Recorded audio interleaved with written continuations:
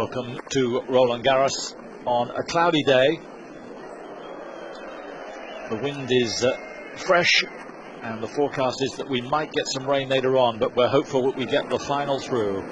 Mariano Puerta of Argentina, unseeded, unheralded a year ago. At this stage last year, he was ranked outside the top 400. And what a chance he has here against Rafael Nadal. The first all left-handed Roland Garros final in the Open era, only the 9th in all Grand Slams in the Open era.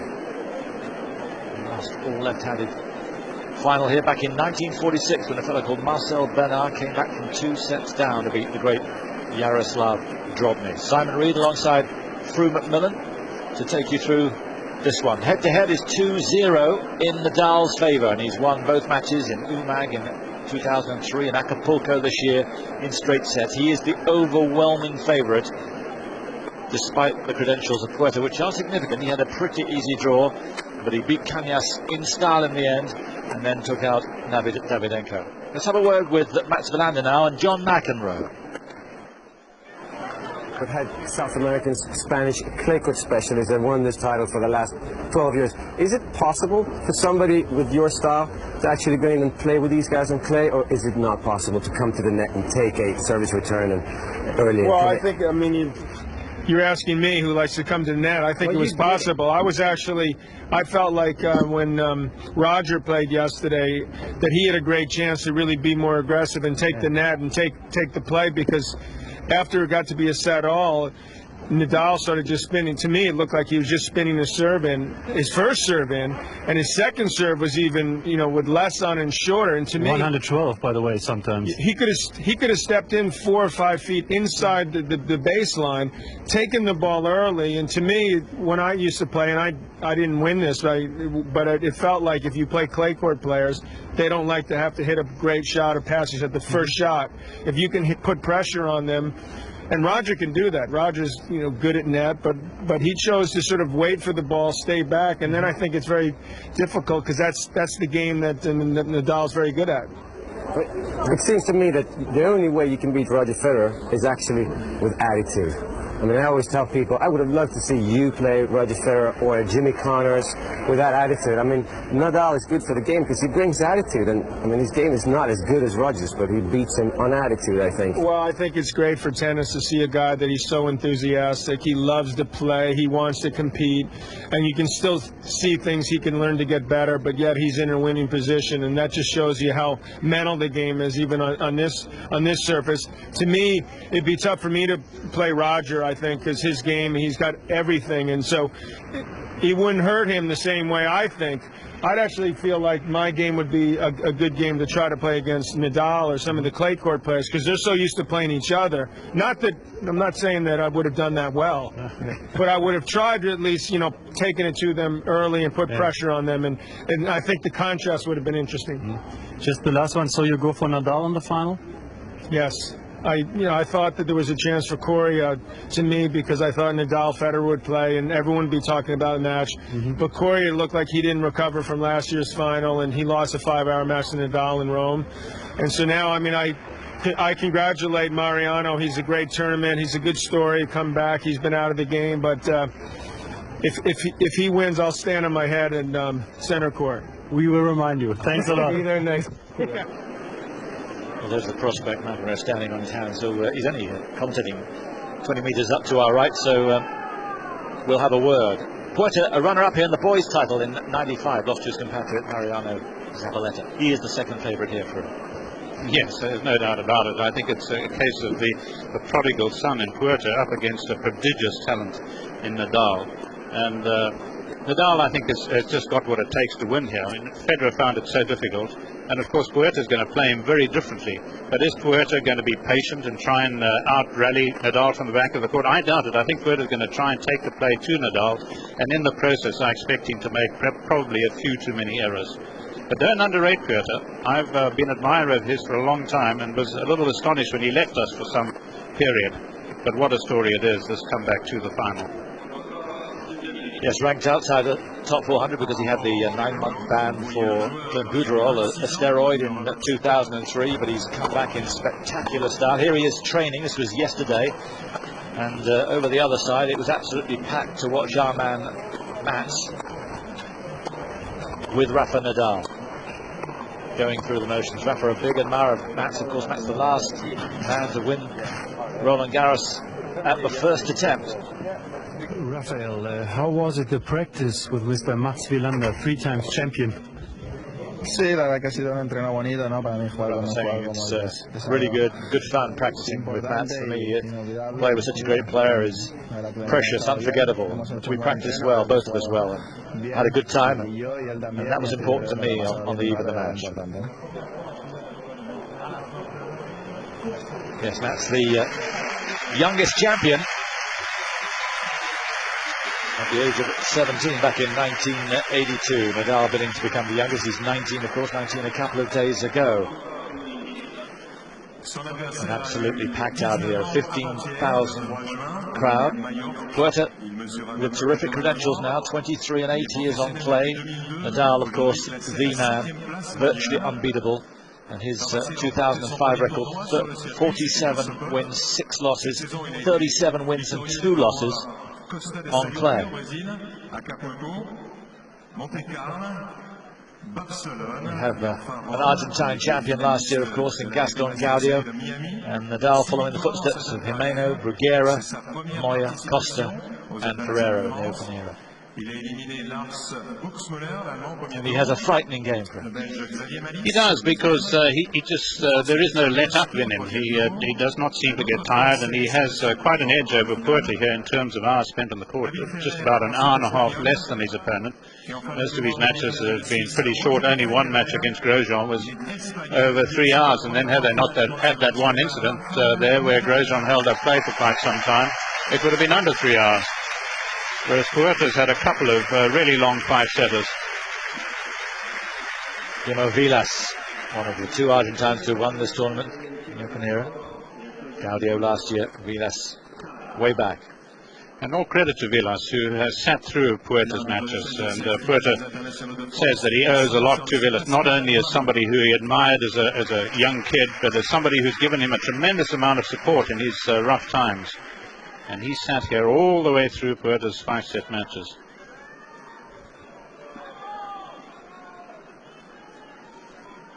Fabien Galtier, the rugby player. And the man in charge here, Pascal Maria of France. Great honour for him.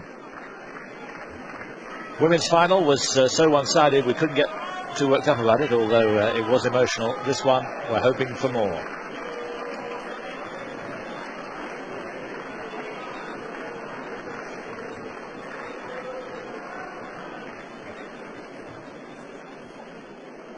Antonio Samaranch on the left there, former president of the IOC, together with the president of the ITF, Richard Bitty. So, tactics. Well, this is going to be from the back, primarily. Yes, mostly from the back. As I say, I expect Puerta to do some pressing, but Nadal has been impressive when he has come to the net, as he did a few times against Federer. He won the spin of the coin, elected to receive. So it's the Argentine to start us off. It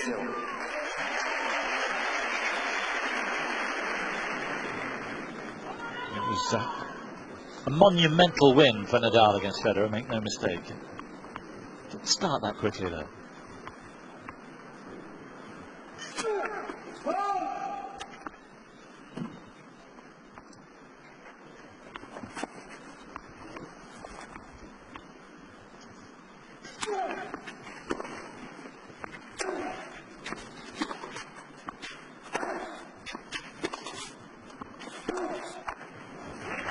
What we did see about Puerta in the key moments against Davydenko and Kanyas was he seems careless. And of course he has now the history that he's won 2 matches from 2 sets to 1 down. But coming back against somebody like Nadal would be a very different prospect. He's He's never won from 2 sets to love down, Puerta.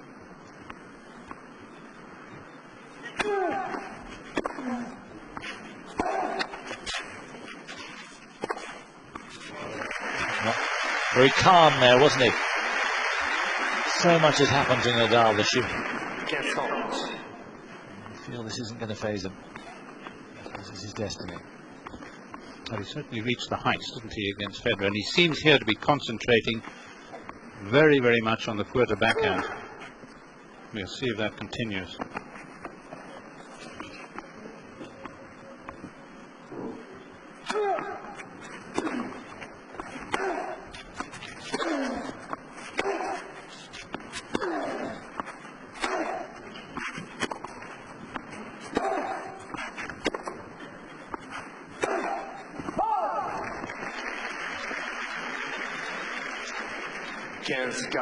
So 2 break points for Nadal in the opening game.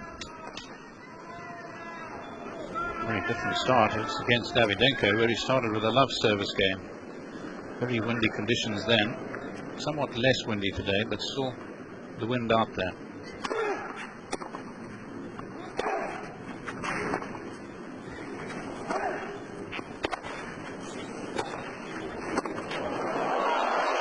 Well, you don't want to be giving him too much practice, Nadal. He's going to kill you if you continue to do that. But he got away with it that time. 30-40.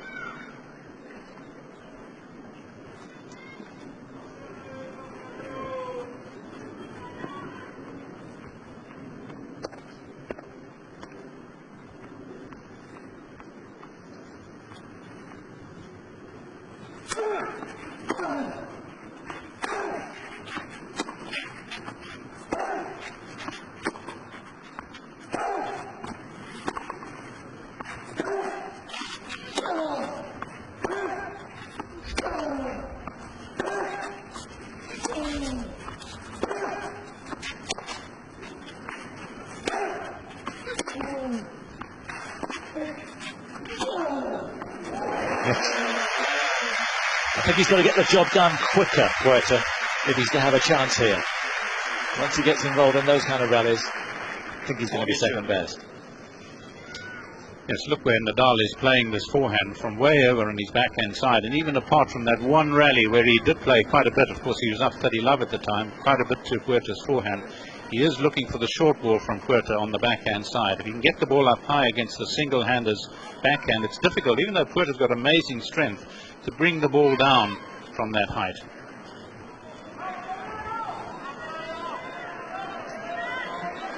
Au service, Rafael Nadal. He lost his serve quite a few times against Federer, but then of course a very different tactic employed by Federer, who was really looking to use the forehand early to hit winners. Nadal lost his serve 6 times against the Swiss.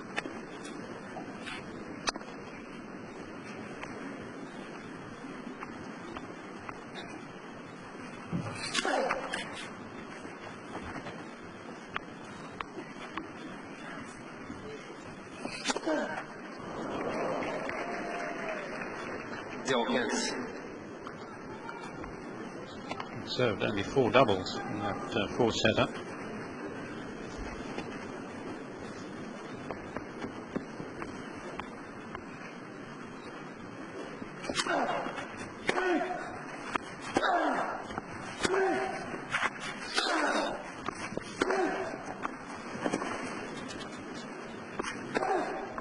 That's talent that he has. He's a sight for sore eyes, Puerta, when he plays like that. Wonderful angle to set it up. Well, certainly forehand concentrating on that in this particular point, Nadal, and I think paying the penalty. Puerta much more at ease playing the high ball on this side, even if it means leaping off the ground to do it.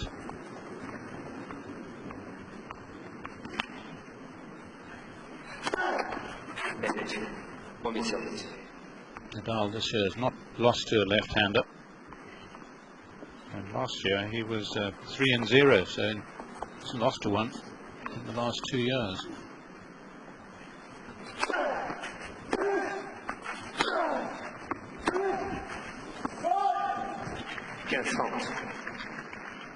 Yet in the run that he's had, which has brought him all those titles, 23 successive wins. He's played a left-hander, but as we were saying, not a problem. It's Andrew Schneider, Puerta's coach.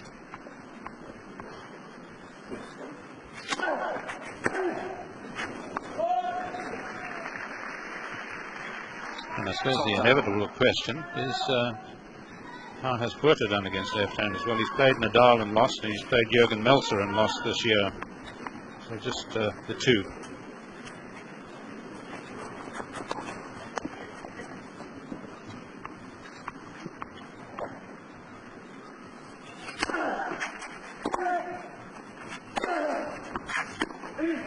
Yeah, that's well, I think it actually got a little bit of a bad hop there.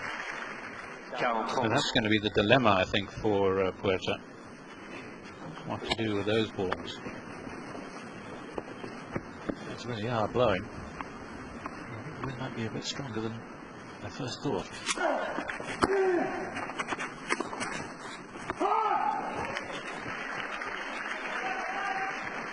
Counter.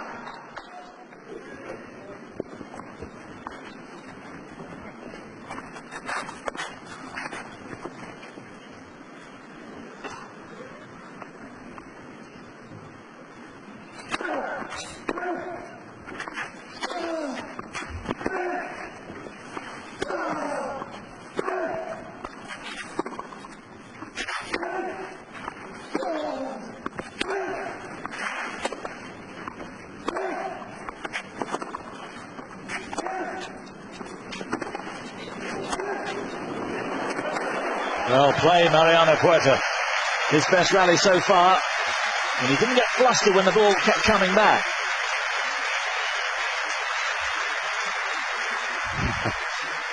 Well, the crowd really appreciating that, because I think they had the feeling that Nadal might boss this entire match. But on the evidence of that rally, Puerta's got something to say.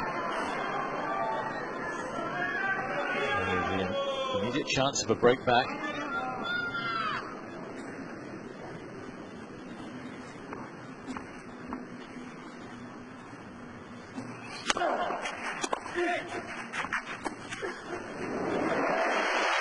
Of course, you get a variety of opinions in the press bar downstairs, and one or two were saying that they thought this might be tricky for Nadal because after beating Federer, it's inevitable that there'll be a bit of a letdown. But I don't think there's a danger of that with Nadal. He is so hungry for success.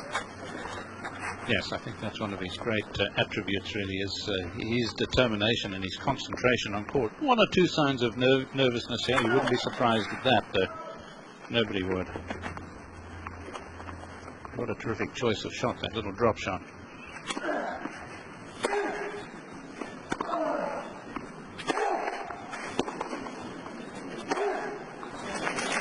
Play. Lovely little scoop. So much of what he does is so attractive to watch. It's quite a contrast, those two forehands, weren't they? Nadal throwing himself off his feet, and Puerta very much earthbound. A little bit more stylish. Nadal was a long way back in court. Puerta was able to play this one short and make it bounce a second time.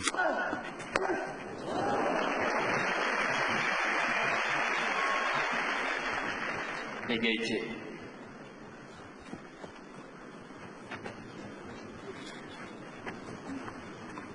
The left-hander served to the right court, but to the left court, sorry, against right-handers, of course, nullified when you're playing a fellow left-hander. You can't swing them quite as much.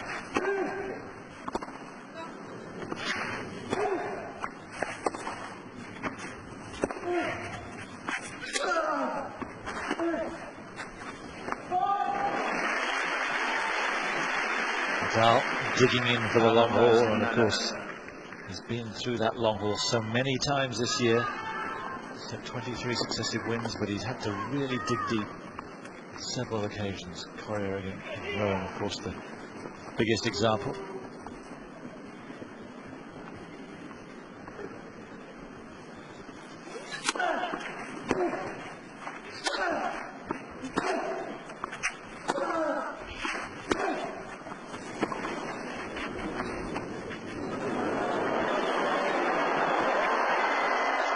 Oh, lovely rally. More of that, please.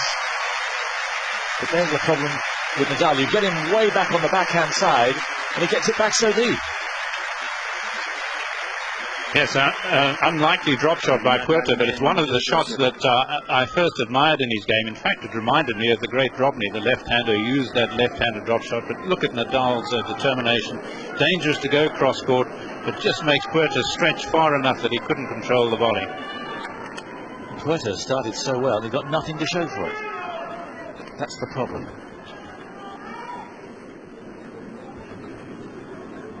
Can he continue to play at this level? If not, it's for sure.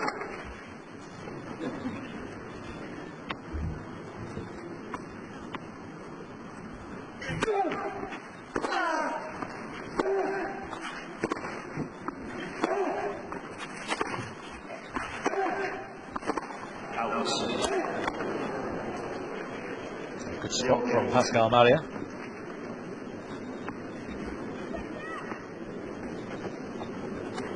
Seen Nadal run that drop shot down at Puerta in Puerta's previous match. He did not play one drop shot winner. And yet he's got a very good backhand drop.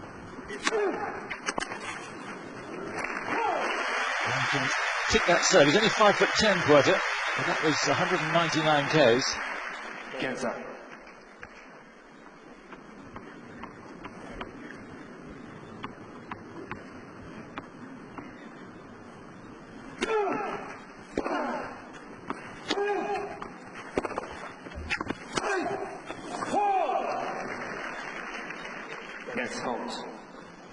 Yes, look for him to be perhaps even more aggressive here, to try and sort of punch his way out of this little bit of a corner that Nadal's got him in.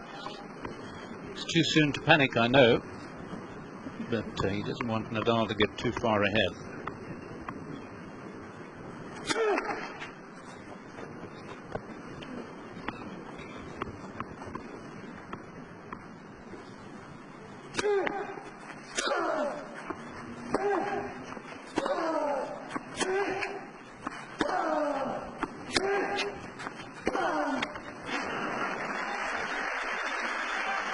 He's looking for Puerta, but he's not going to see too many of them. I think quite a good tactic from Puerta might be to play the high loopy ball to the two-handers backhand side, because Nadal a long way back in court has to play that with Gustavo Kuerten, 3 times champion here, looking on.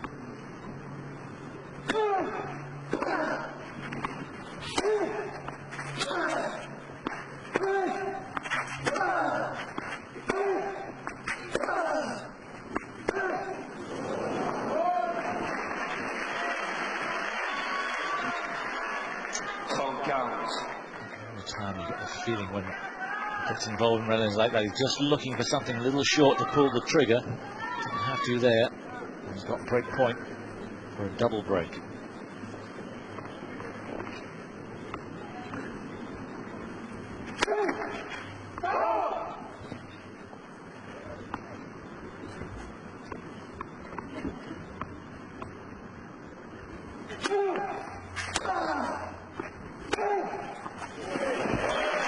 Magnificent shot. The trouble is, it needs to be that good. I'm sure Barami, who can play this game pretty well, was like that. Yes, a bit of a showman sitting next to Pierre Barthez, a former French #1. This is early in the point, and maybe that's what he's going to have to try and do. The longer points tending to be won by Nadal.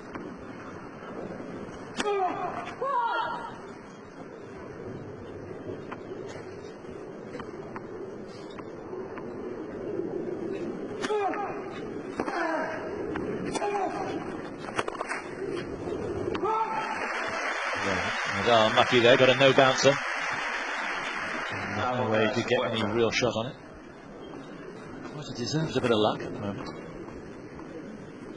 Former French player Francois Geoffrey.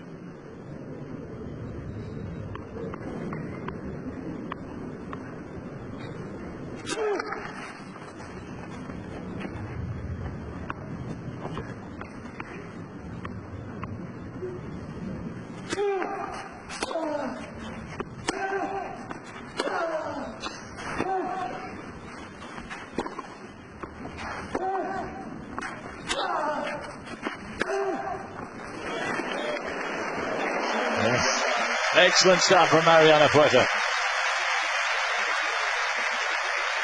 And a few Argentines I can see just below me on their feet.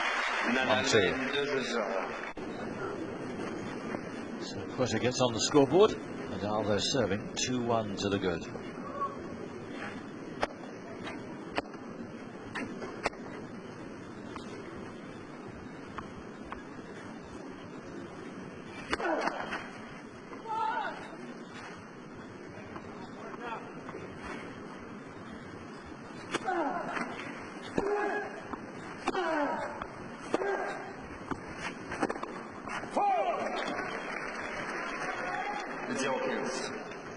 Well, that's Puerta making the first move, getting a nice angle, obviously a little buoyed by that win of his service game from break point down. Nadal usually with a very high serving percentage, 73% against Federer.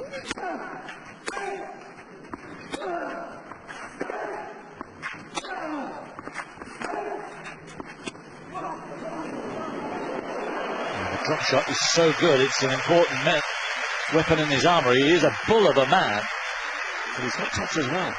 Well, I hope we get a close look at him, because there's quite a grip change for Nadal when he plays these. He uses the same grip here, of course, as he plays on the forehand volley, and we saw quite a few of those. You see the grip change. He goes from a very western grip round to almost a continental grip to get the slice under the ball.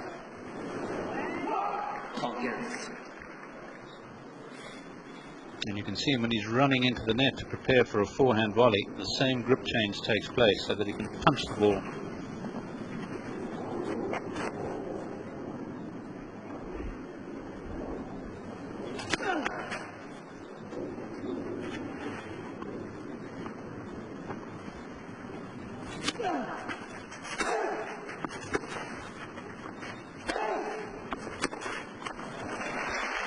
Puerta really anxious to get on top in the rally early on, and as Fu is hinting, that has to be his tactic.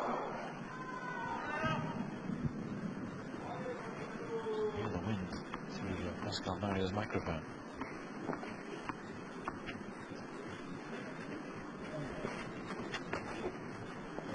Seems much more contemplative today, Nadal.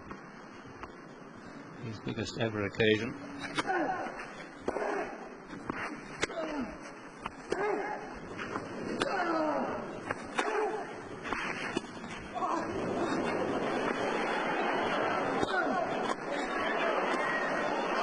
Yes. The first shot with Puerta at the net wasn't what he wanted, but he got away with it, and the second was spot on. Yes, just not enough power really on the Puerta volley, and of course also Nadal anticipating well, because Puerta could have gone either side. Look, no sooner had he played the shot back to Puerta than he was on the move to anticipate the cross court.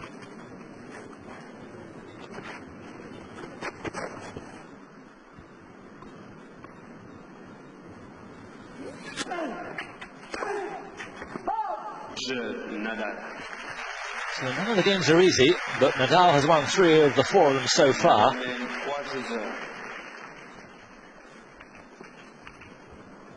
Last left-hander to win here was Muster 10 years ago. Puerta was beaten in the final of the boys. Other left-handers, Gomez in 90, Vilas in 77, Rod Laver in 67. And of course the man too who looks after Federer these days, Tony Roach, was a left-handed winner in 66.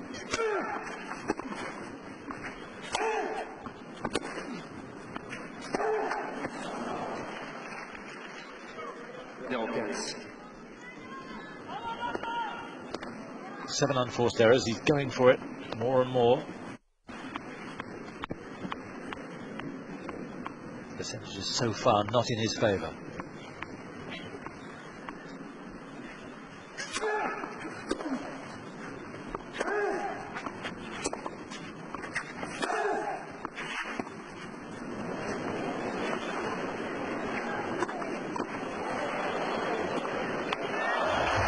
Again, the volley, not very authoritative, but it just about did enough.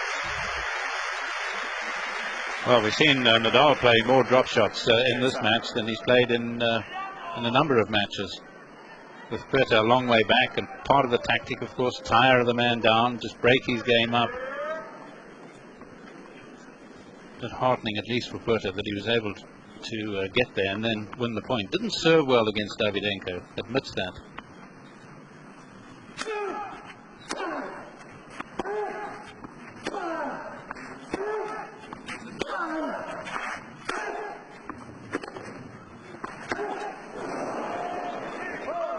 You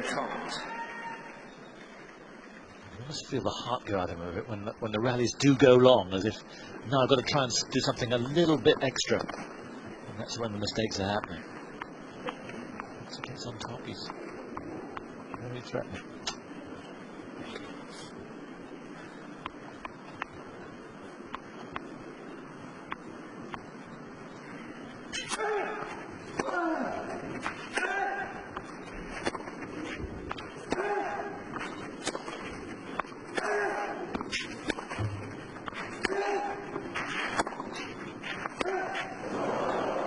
Same again.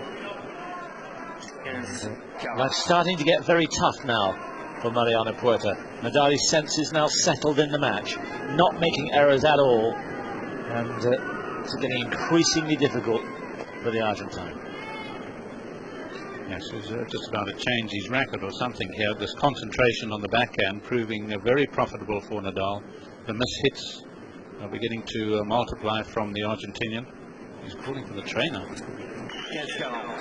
So 2 break points for 1. Incidentally, afterwards, an independent tribunal found him innocent of using it as a performance-enhancing drug. It was meant to be for an asthma complaint, which he had pretty severely.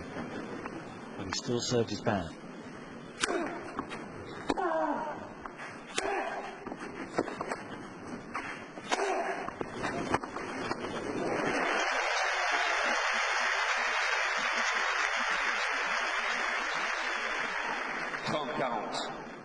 Well, everybody likes to play short points, and there's no doubt that if he's going to continue to feel this, he wants them to be even shorter. Can't do it on the serve, just the 1 ace in his previous match. Still a break point down.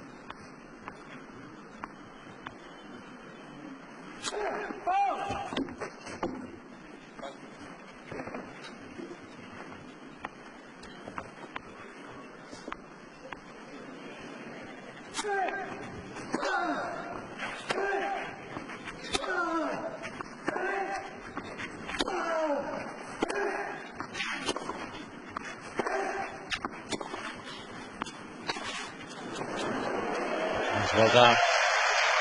They both love the drop shot. He has such beautiful disguise on his, doesn't he, Puerta? Yes, there's almost the sort of ballerina about him there, the way he plays that. High up, very gracefully. A little bit of side spin, holding the head of the racket back. He's won both points since the timeout.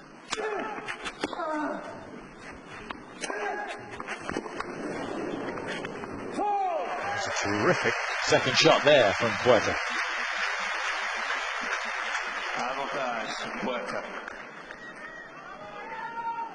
Nothing held back in that shot.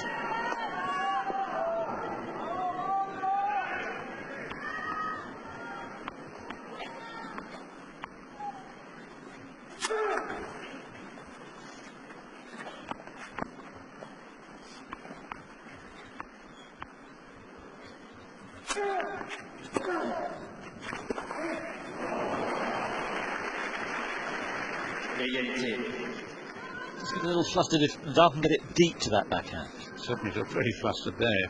Didn't get his footwork or his slide right at all. Two men, of course, who've very much grown up on clay courts.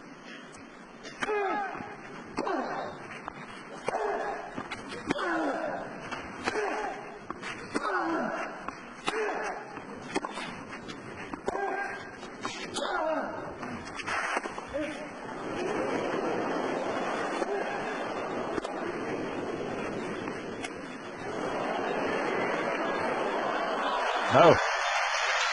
But he got there, Nadal, but for once couldn't get the placement. And again, Puerta bossing him around. Well, we've seen some subtle skills here today. I think we're seeing as much variety as we would see between somebody like Santana of old and Pietrangeli of old, two champions who are here today. And the crowd will love this. The dinking.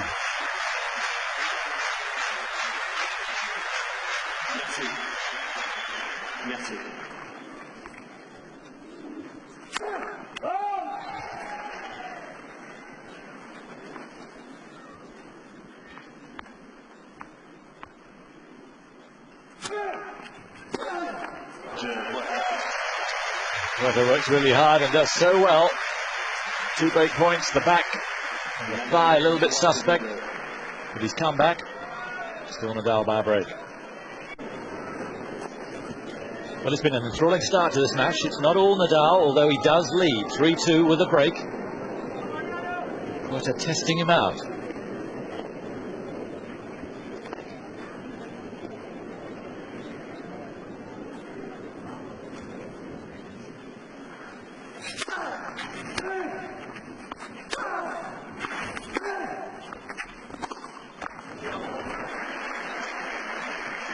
Since the injury timeout, Nadal has been less than himself.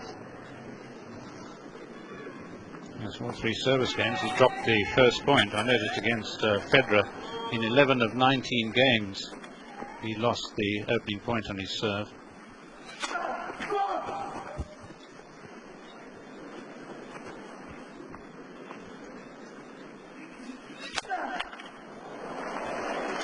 I wonder if when he sat down, Nadal, he started to just take things a little bit easy. All that venom that he brings to the court just seems to have dissipated a little bit. Second double fault.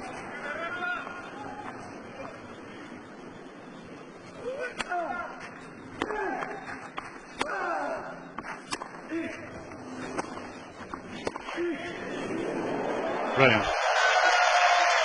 He got out of trouble well, didn't he? With another iffy backhand. And I thought Nadal was going to take advantage, but just beautiful skill. Yes, it's almost as if he drew him in here. I'm not sure that was necessarily his intention. And Nadal in sort of mid-court probably felt that he had to play it, but didn't get the angle or the pace on the ball. Still a wonderful lob.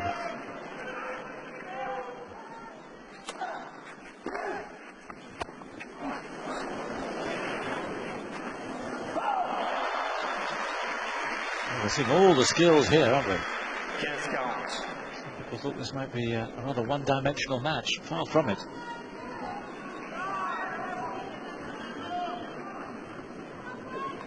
Second break point.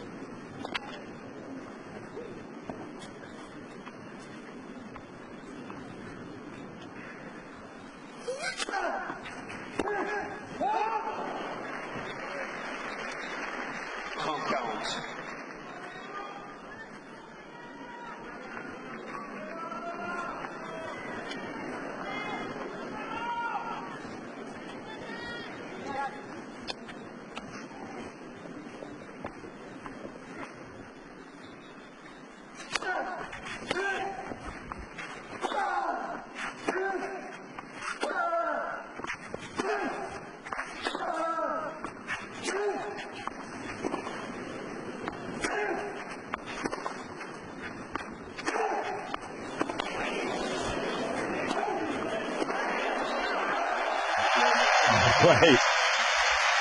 Exhausting rally for Puerta, but importantly he won it,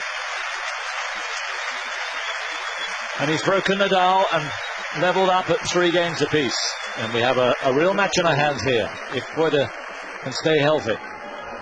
Well, it was a costly double, wasn't it, to enable Nadal or Puerta to win those 2 opening points in the service game. Of course, that made such a huge difference. He was then able to take the risks.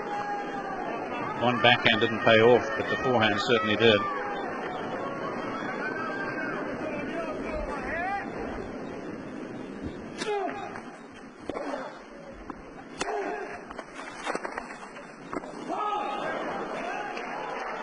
Yeah, late call, but the right one. That's what we care about.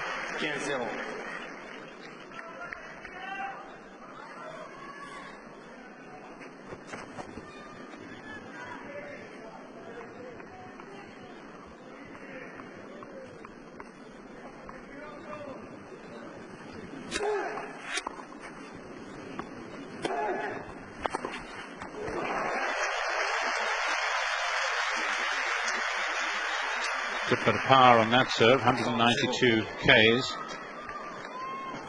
He complained quite a bit about the wind, not during the match, when he was playing against Davydenko. He said it really upset things a lot for him.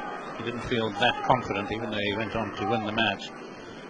Windy today, but not quite as gusty as it was in the semi.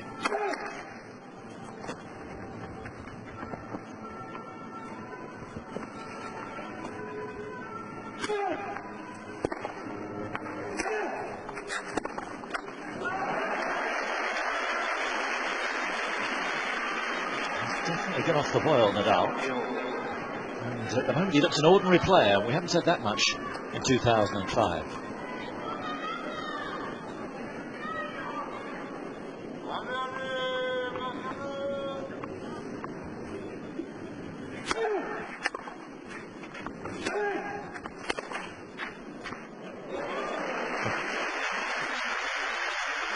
Sure if that was inspiration or a little desperation. Yes, it almost seemed a last resort.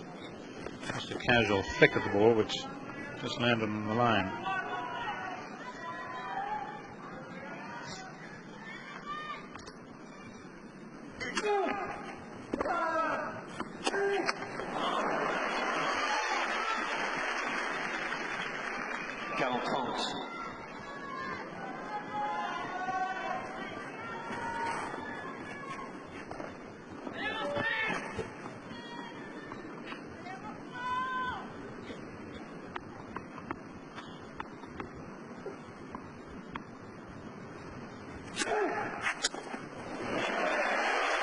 He's got the centre line. Terrific serve, 190, and never better timed. Puerta into the lead, 4-3.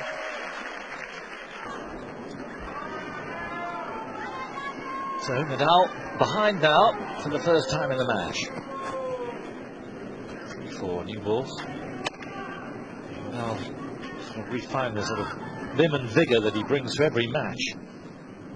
Just lacking at the moment. Something to kickstart him again.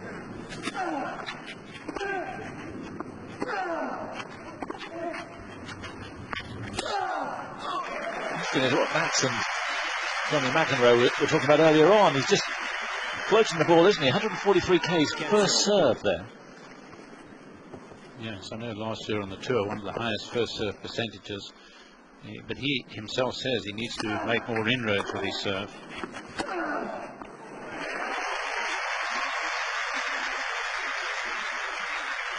There's Miguel Angel Nadal, the beast they used to call him. Barcelona, Bilbao, Spanish national football player. Bit of a beast on the tennis court, this fella. Who is the uncle, right? He's the uncle, yeah. Not the uncle who trains him, another one.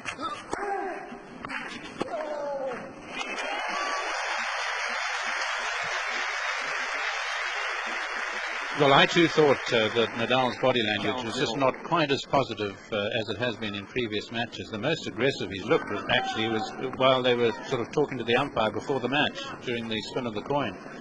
But the new balls seem to be giving him a bit more muscle here. That's more what we expect, and the kind of gesture flexing those muscles.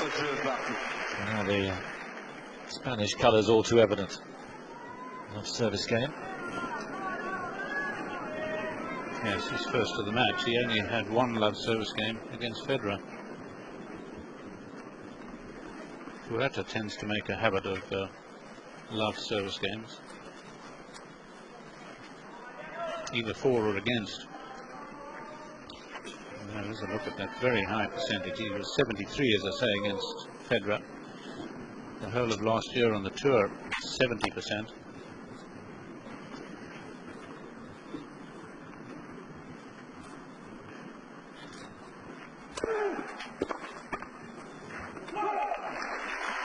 Stat for it. 82% first serve, 73% when the first serve goes in. And you know how many he's winning on the second serve? None. Hasn't won a point on the second serve. Mind you, haven't been that many, but pretty unusual, because that's really where he wins most of his points. Just got a little bit of extra at the moment from Puerta. hitting through the wind, hitting through Nadal. Yes, he's a stockier man than Nadal. Would weigh a bit more, quite a bit more. He's getting that weight into his shots.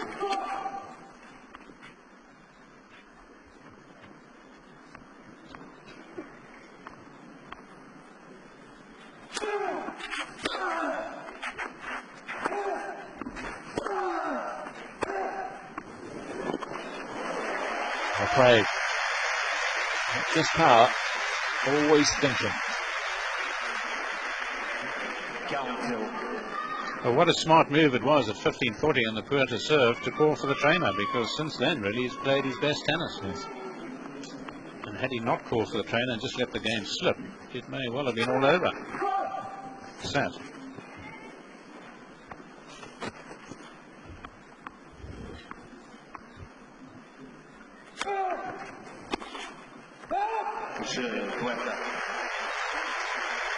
Another love service game. And Puerta within the game now of set number 1. So the number 4 seed serving to stay in the first set.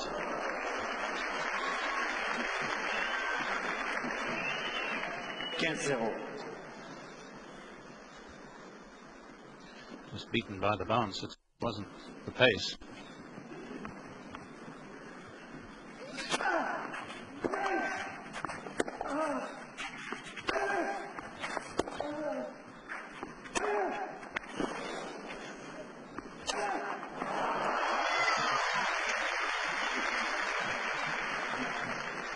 Swings of delight from a few Spaniards below us. I think they're getting a little edgy.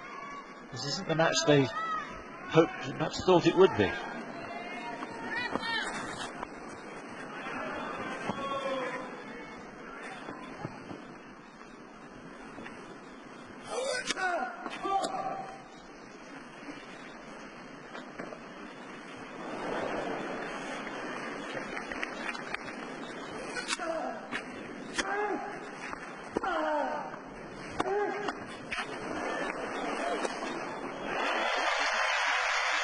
It's an ideal hot.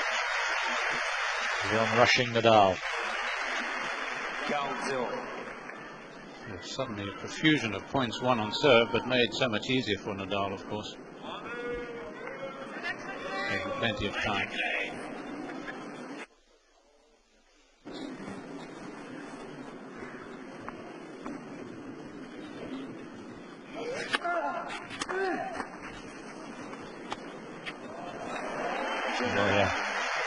Really confident there. So the match service game falling one after the other at the moment, and it's 5-all. It's a very well used, or used to be far more than it has been recently, although we've seen quite a few drop shots in this tournament. It's, you can understand it when one shot is hit so hard by Nadal, and then Puerta is looking for him to hit yet another one hard, which gives Nadal the opportunity to play the soft one.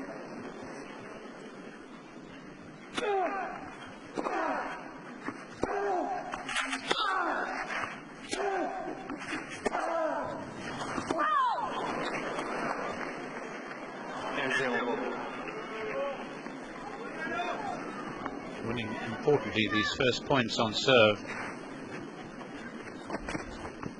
Nadal would like to be taking more just to set the tone for the game.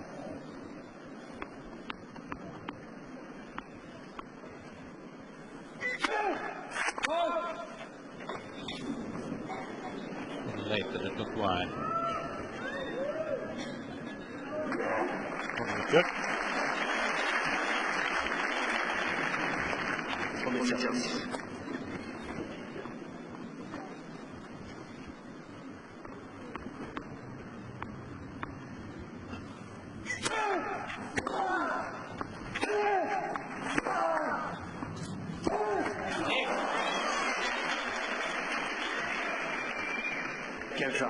Well, you can see what he's trying to do. He missed one in the previous game where he was looking to hook it cross court short, to play long to one side, short to the other. There he was trying to play the into-out forehand, but to hit it short up the court, which of course would drag Nadal way out of court.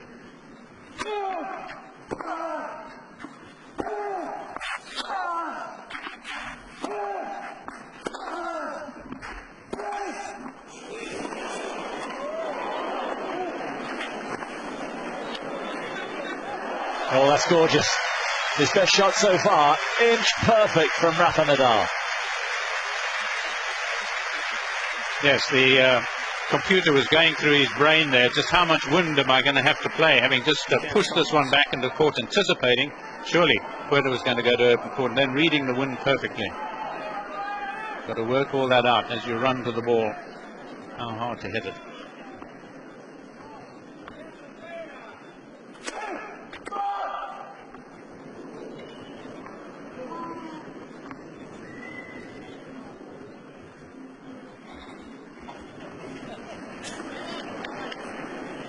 I don't think it's long. It is. A nifty Mario.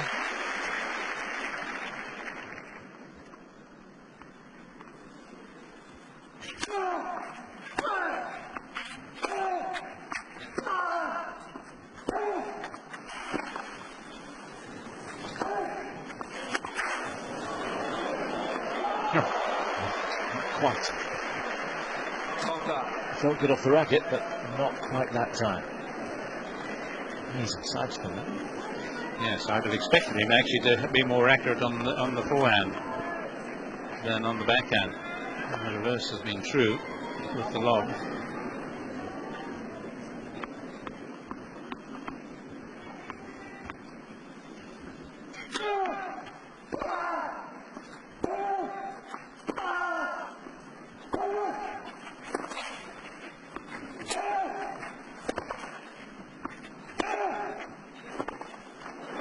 He's not really getting the depth, is he, Nadal, that you'd normally see from him? Now, is that Puerta, or what is it? He just seems to be a fraction off the pace, Nadal. Yes, he's certainly a long way back in court, but then he so often does play his tennis back there. I think he might actually be better off just standing a little closer to the baseline and getting better length. As it is, he's allowing Puerta to boss so many of these rallies.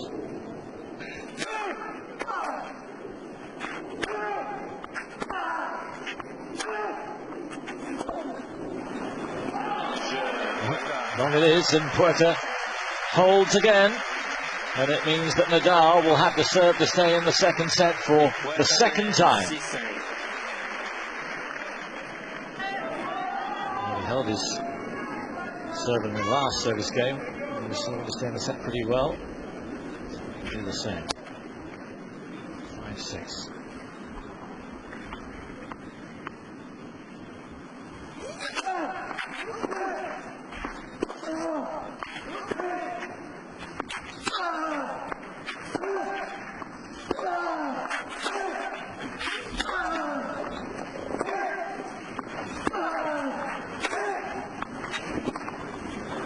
Brought Puerta back in the rally, didn't he?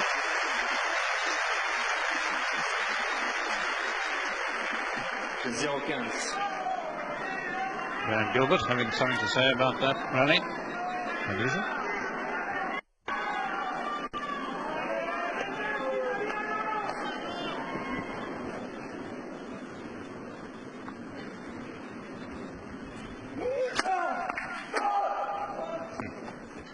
Fourth time he's lost the opening point on serve.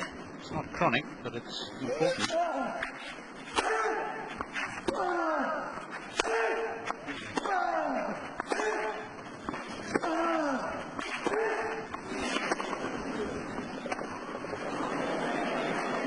Oh, that's a brilliant riposte from Nadal.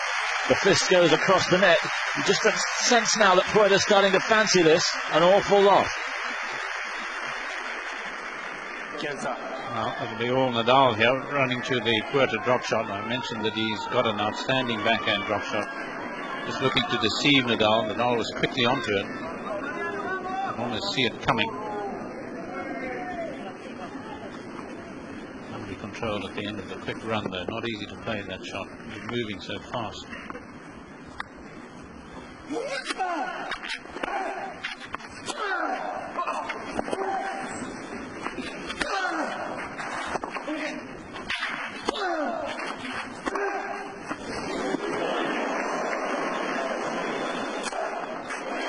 Great retrieving from Nadal, but solid as a rock there, Puerta. Dignitaries in the front row appreciating that, particularly the backhand down the line, which opened up the court, and it wasn't this brave. It went up and stayed up high for a long, long time. He wasn't relenting at that time.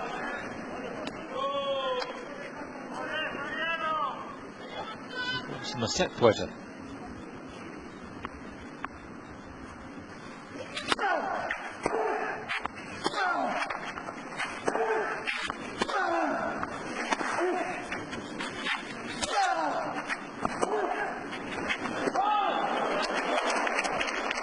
They're going to cover an awful lot of ground in this game.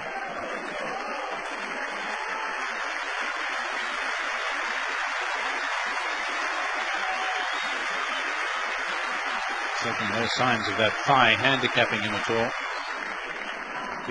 Giving him his all.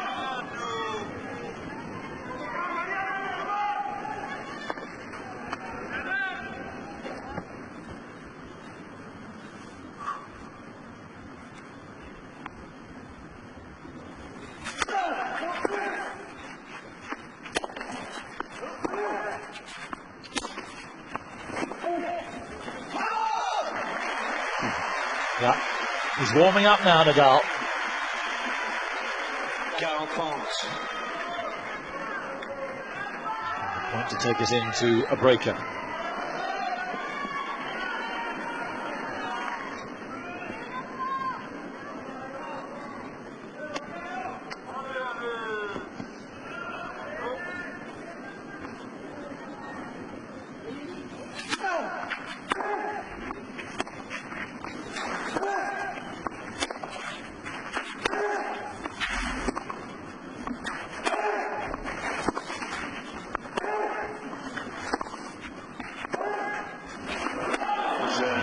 Length improved in the rally, and that's what won him it, and here we are in for a tiebreaker.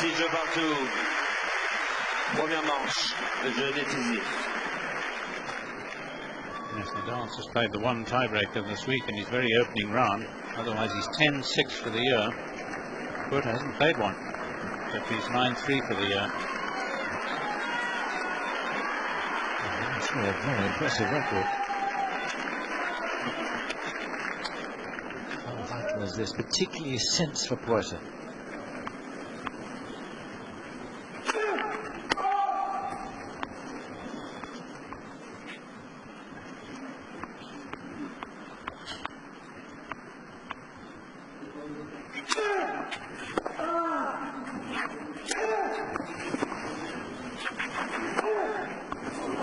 Too good.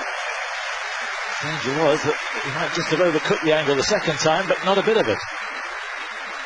Yes, I thought he might have been in behind this because Nadal was never going to play a very hard shot, but my goodness, he couldn't have played that any better, the Argentinian. Terrific acceleration. I'm sure even appreciation for the shot from Nadal.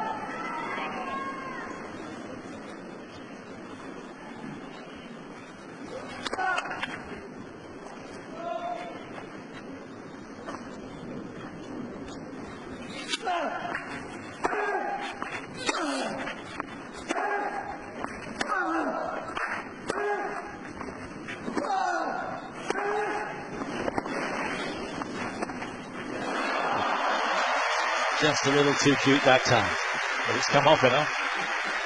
You can't criticise him for it.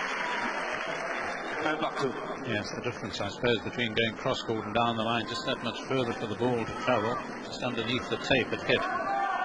Certainly had the upper hand in the early part of the point.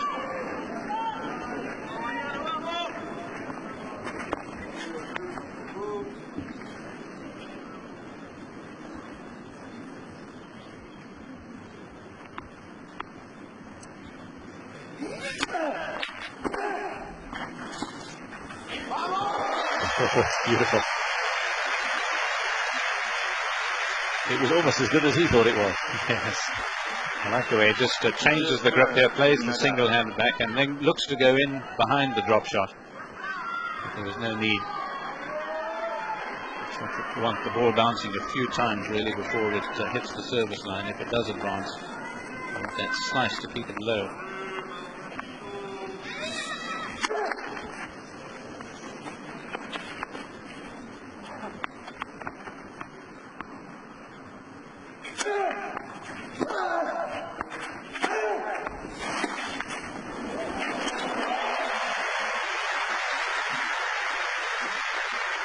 Tony Nadal, the coach of Rafa. 2-2.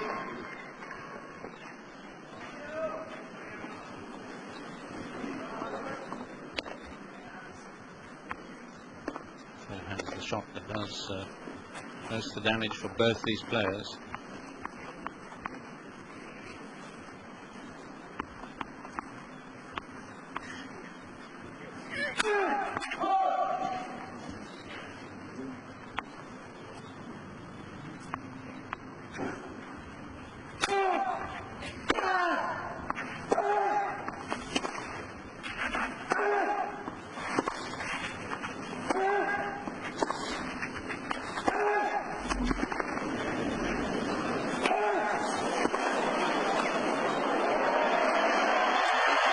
That's great defence from Nadal.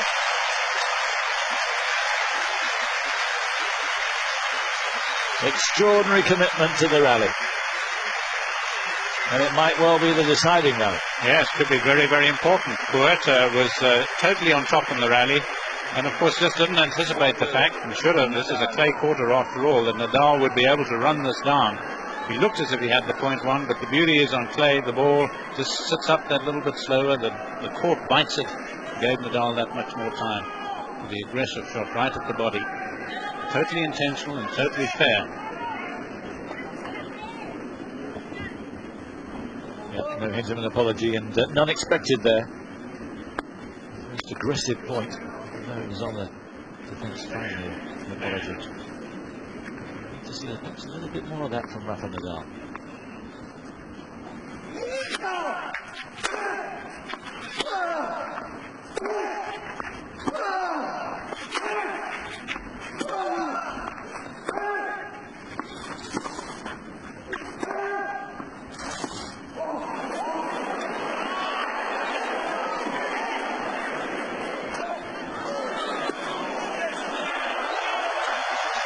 It's wide. And another terrific point. And it seemed for all the world as if Puerta was out of it. Yes, it was a terrific lob by Nadal, because with Puerta getting to this and actually pushing it behind Nadal, he had to play this backhand behind him, and yet read it perfectly. Very difficult overhead for Puerta, who could just really stroke the ball back. And then a surprising miss by Nadal. Puerta had to do a lot of heavy work there, but rewarded. So two extraordinarily good rallies in different finishes. We're back where we were as the players change round. Set has lasted 64 minutes already.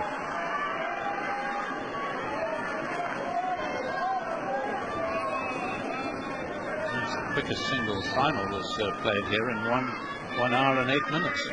68 minutes.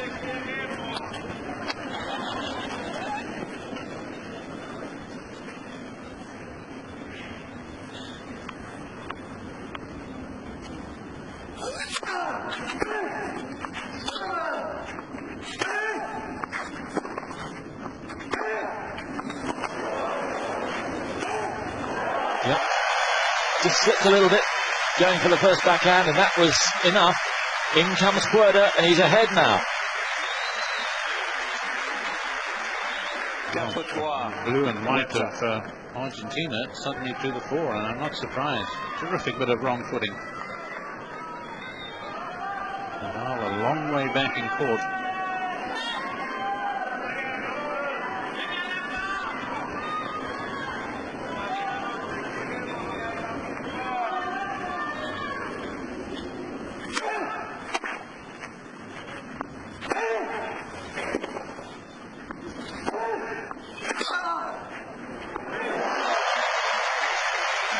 Puerta misread that. He did. What an oversight.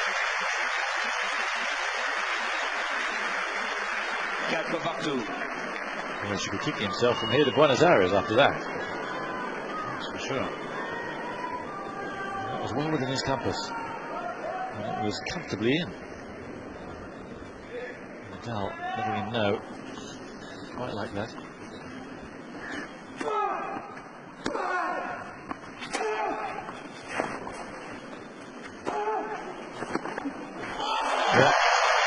cannot afford to keep him in the point. Otherwise, that's going to happen.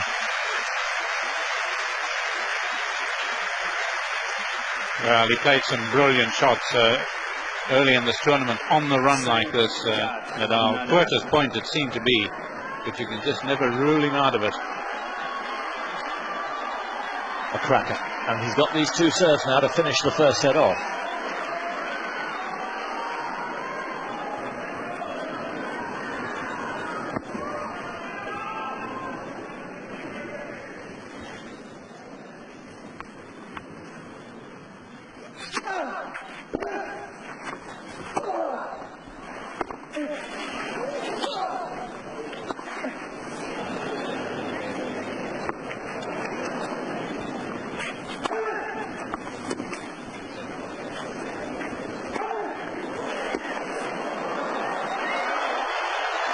Didn't he recover well?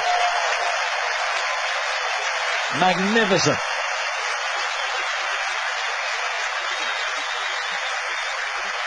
Well, the applause really says it all for just a fantastic first set it's become. It's just got everything in it. What a defensive lob that was by Puerta. It seemed that Nadal was on his way to set point.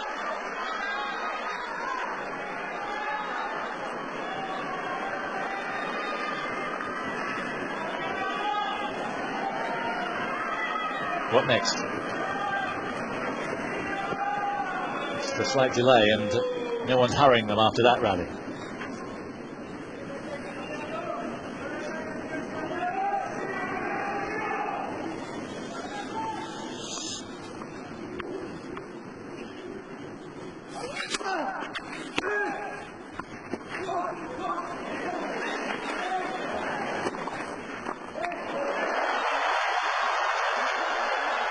No. How cool was that volley? And it's given him set point. A master craftsman at work here. Now, it's a risky time to play the drop shot, but I mentioned his technique in the backhand, and it served him so well there on that volley. Desperation by Nadal. Not bringing it off this time though.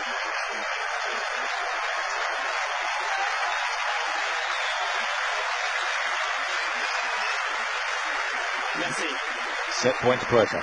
S'il vous plaît. S'il vous plaît. Merci.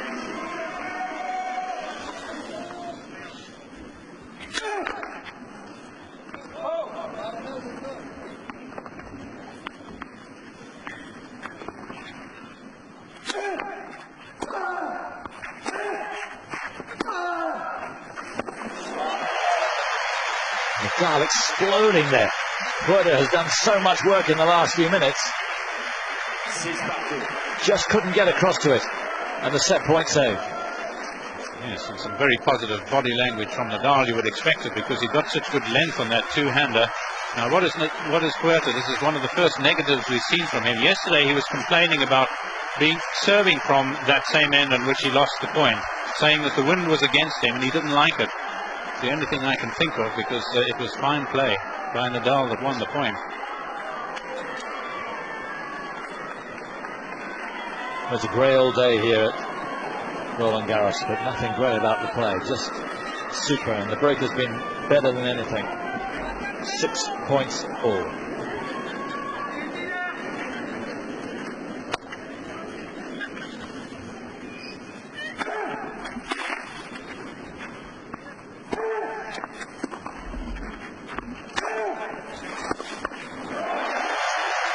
Leaving nothing behind, Puerta.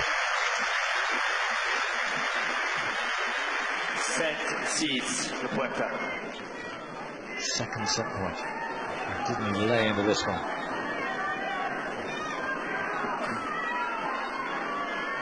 Look at the angle of the racket. Got all eyes on that ball.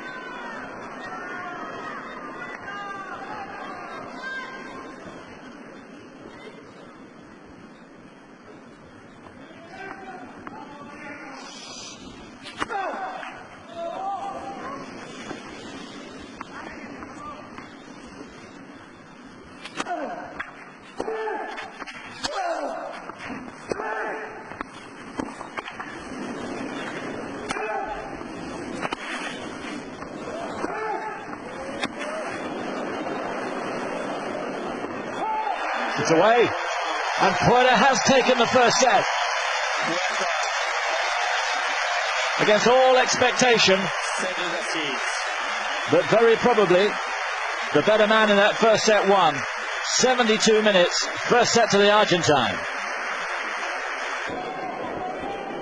Nadal down, but probably not out. Not this fella. Mats Wilander's joined us. And Mats oozing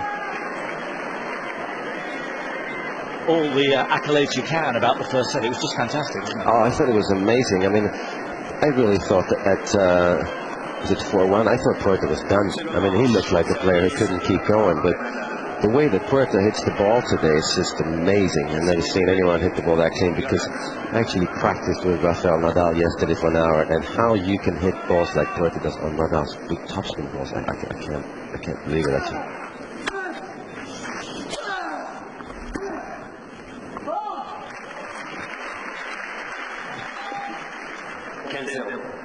Interesting what you were saying while we had the break.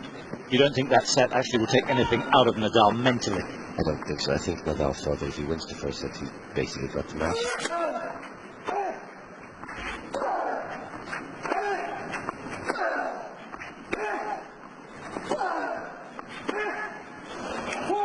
And I mean, to me, it looks like it's just a matter of time before Puerta starts breaking down, starts making easy mistakes, and Nadal is going to get on top of him. So I think it's just a matter of time. But I'm amazed that Puerta came back and did what he did in the first set.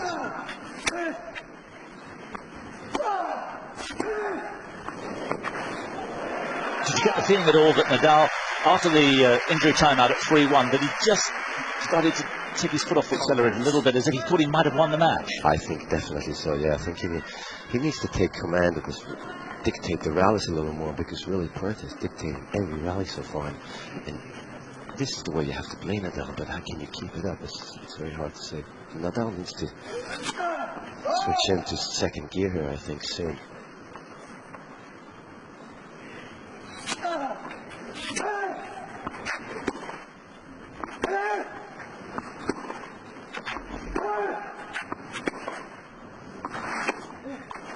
I guess the big question is, Puerta has kept it going against Cañas and against Davydenko, but Nadal, the whole different kettle of fish. Definitely, it's just another level. And Nadal is not going to do what Davydenko did, which was basically give points away at the end of the fourth and the fifth set. Nadal is going to make him fight for every point. So to play every point as big as Nadal does, it takes so much out of Puerta. So I think it's going to be tough. But he's really good at recognizing that he has to take chances, and so that's why you can't count Puerta out, because he's done it in every match that he's played. He's gone up and down and takes chances when he knows he can't stay with the guy. So I think it's still a dangerous match for Nadal if Puerta physically can keep it up. Yes. So that's the key conundrum here. Is physically, can he keep staying with Nadal for hour? But we might be in this for another 3 hours at least. Well, definitely, I think that's the key factor. And again, Puerta is a very smart player, because he conserves his energy like he did against Davydenko. So, and I think in this first set he conserved his energy in the middle, and then he stepped on the accelerator again. So I don't know. It's kind of hard to say with Puerta. But I think we all thought this match is over already before it started. Yes. But you're enjoying it. Oh, I'm loving it. That's the best opening set of the final I think I've ever seen here in terms of clay court tennis and in terms of surprise. Nadal is surprised. Puerta is a little bit surprised, but Puerta is so calm and collected that he really looks like he knows exactly what he's doing. He's not getting too excited. He didn't get too excited when he won the first set. So I think we're in for, again, if he can continue, we're in for a great final. Okay, well, we'd love to get your comments at the end of this set as well. Thank you, son.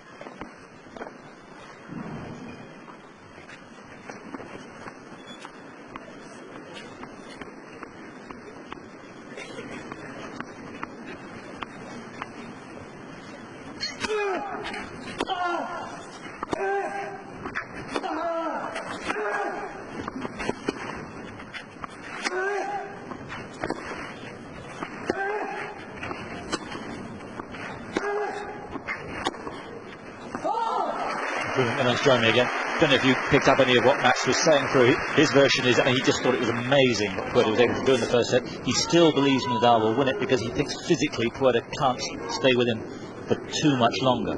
Yes, it's the old problem, isn't it? Particularly if you see somebody with a thigh problem or a leg problem, you just figure, well, how long can they last out there? But you and I have seen players overcome in the past. We've been totally fooled in the past by people who've had injuries, supposedly, that look like crippling injuries, and they've ended up winning matches.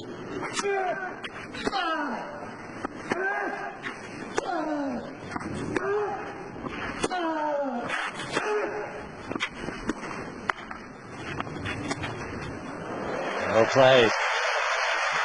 Mentally, though, it's going to be no problem, Puerta. We've seen it so many times this week. And here in the final, giving the absolute best of himself.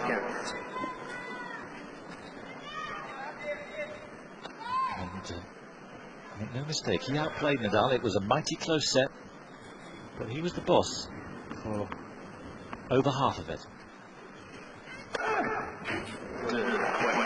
And there's his first ace. Only 182 Ks out wide.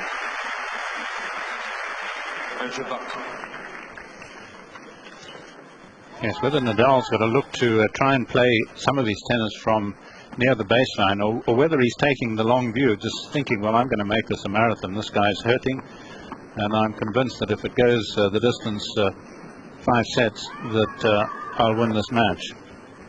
Could, of course, win it in 4. But I think that could be dangerous thinking.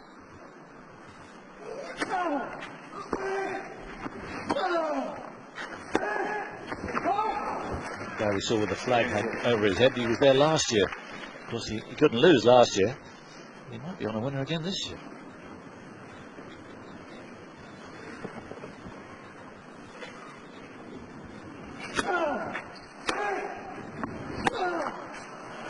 Well, there he is playing a shot near the baseline. Of course, you're more likely to, when you're serving, you start there, so you're more likely to be nearer the baseline, particularly when you play your first shot. But I think he's just got to find a bit more power himself rather than be pushed around by slugger Puerta.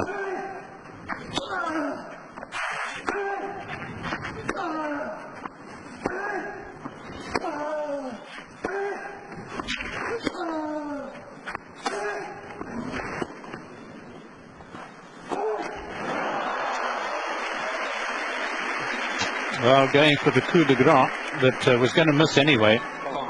Certainly it was very inviting for Puerta, a point he should have won. And that's what Nadal and Mats would be looking for, that kind of shot. Yes, those are really essential. When you've got your opponent in a corner like that, that's when you've really got to win the points.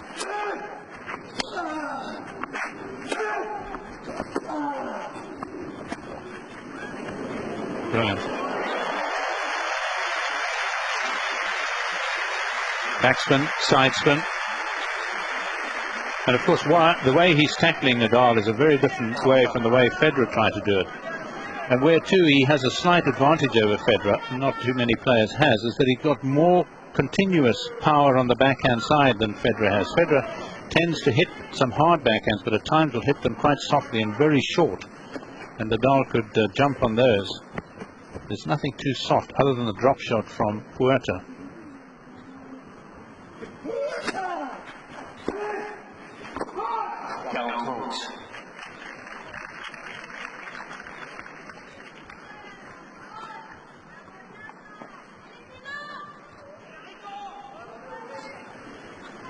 Just look across at Puerta, who's taking his time, as if he might be thinking, well, is he still bothered by this injury, or what is irking him?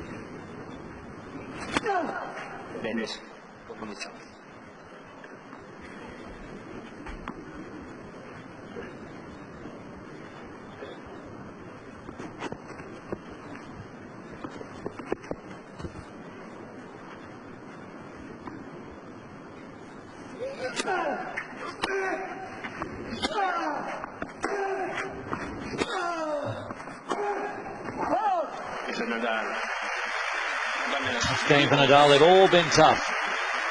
He's a set down with the number 4 seed, 2-1 second set.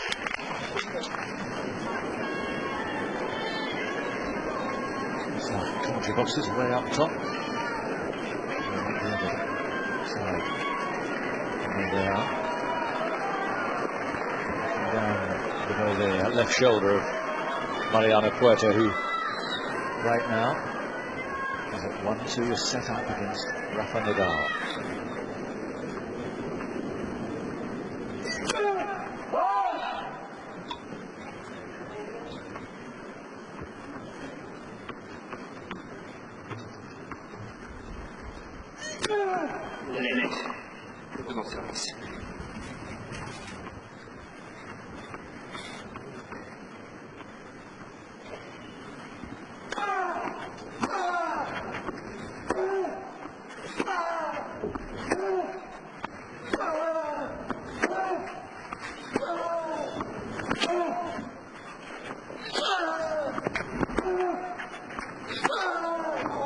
Too good. Yes, not even Puerta was running for this.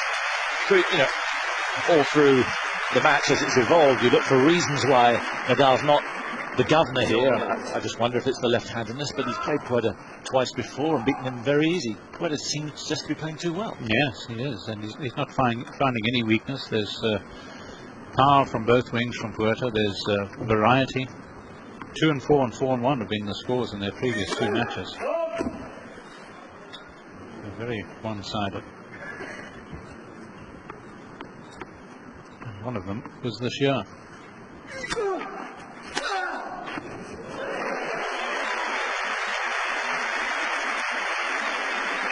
was a lasso, that shot, wasn't it? Yes. I mentioned earlier the shortest ever recorded final here was in 1970. That was when Kodes beat Franilovic in 1 hour and 8 minutes.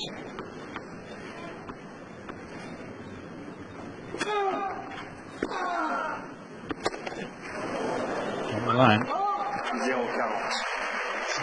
Nadal is threatening here. Remember, only one break each in the first set. But either serve too much force, too much noisy. It's just the way it's gone.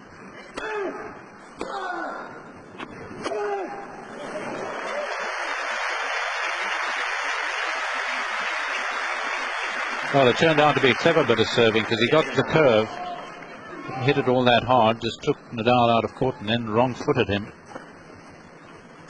Nadal was looking to get back to the centre of court to cover the next one.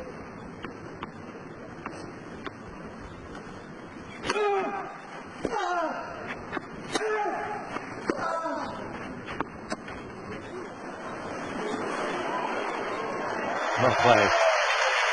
So casual, the drop shot, and again, centimetre perfect. Yes, almost as if he's handing out scones at a church meeting. Such a big point, saving the break point. Third break point now.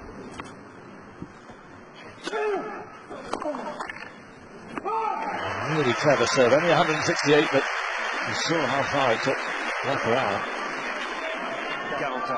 Exactly the same speed as he saved the first one to the left court.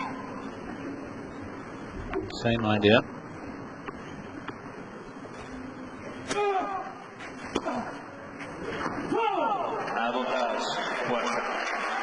Just the saving of the 2 break points was crucial in the first, with Nadal leading 3-1. 15-40 when he called for the trainer.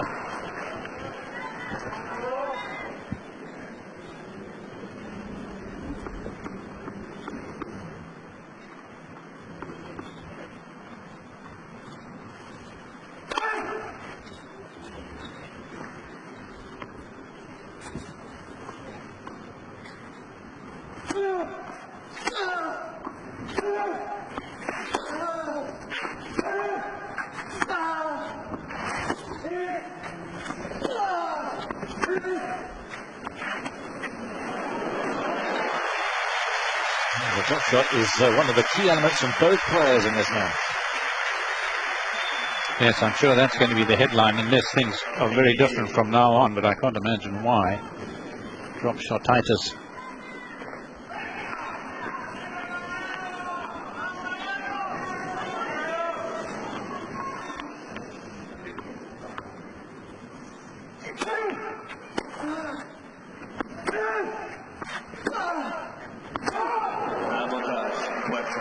strong force there. 22 from Nadal. 7 already in this set.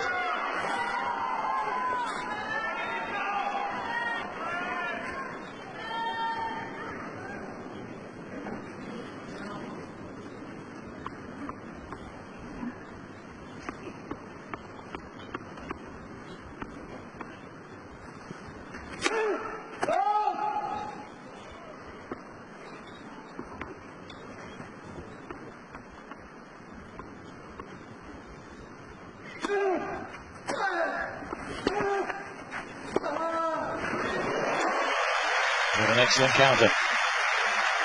He takes disappointment very well, Nadal, doesn't he? He's had too much of that in 2005. Now on a 23-match winning streak. Somebody else who was on a winning streak, of course, Justine Anna, was able to win her title here.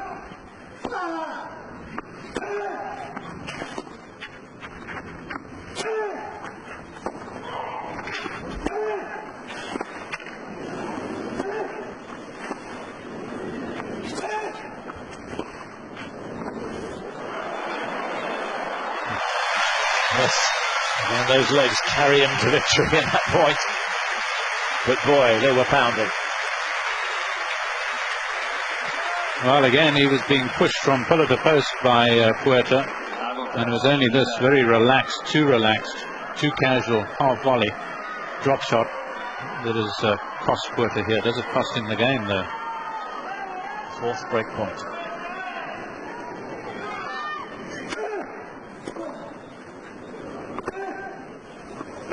Away, and Nadal breaks for only the second time in the match, and there were just one or two signs there that Puerta just might be towering a little bit.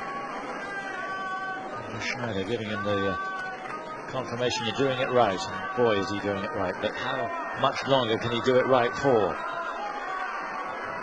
Such a casual half volley that. He didn't lean over the ball, he stood upright almost as if he was trying for the utmost in disguise. But it was very costly. It's a difficult shot to play in the best of times when you get everything right. The half volley drop shot.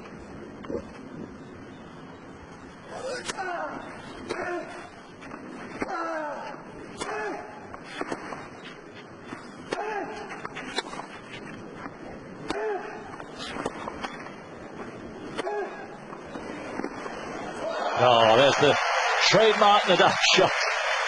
Just when you think the point's over, it is, but not in the way you expect.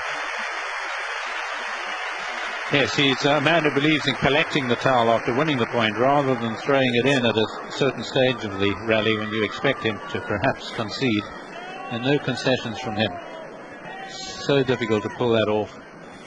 Total commitment. Do or die.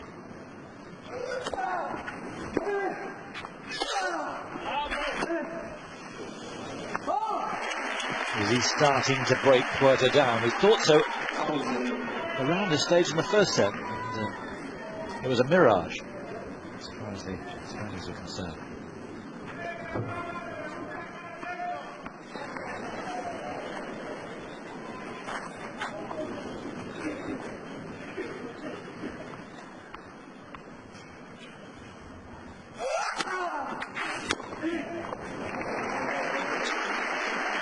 Well, there's a program on television which we see here in Paris. I think it's BBC Worldwide, called The Long View, and it's almost as if Nadal is or has taken that long view that he's going to wear Puerta down.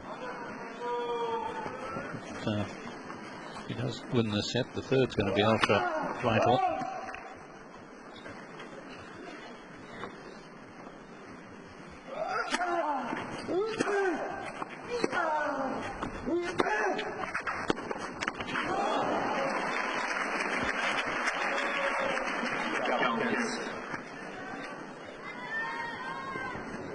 This match has already lasted more than the women's final.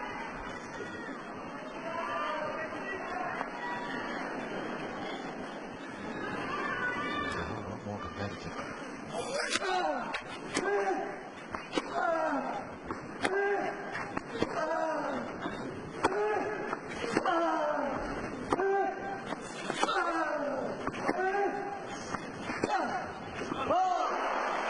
pull the trigger and get that killer blow. He's hit some spanking two-handed, but it never quite has the ring that, say, Puerta's backhand has, or even Nadal's forehand. There's always a suggestion, slight suggestion to me of a miss hit, which has probably been very unfair about Nadal's two-hander.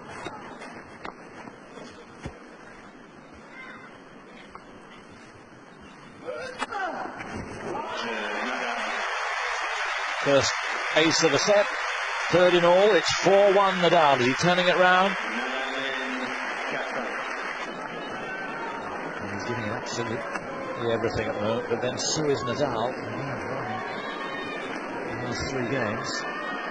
But he seems to defend an awful lot of that time. He's just defending better in the second set than he was in the first. It's a very different scoreline.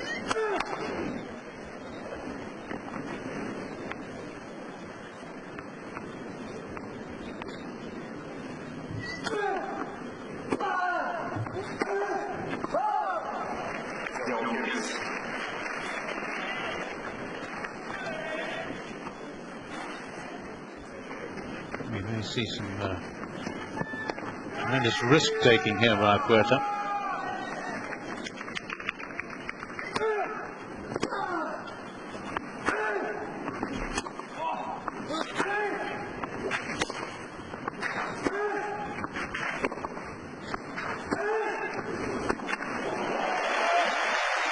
Super sequence of shots from the Argentine.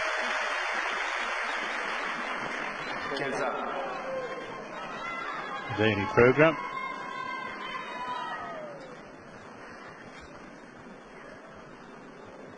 He really does use his shoulders so well in that shot, and they're burly shoulders.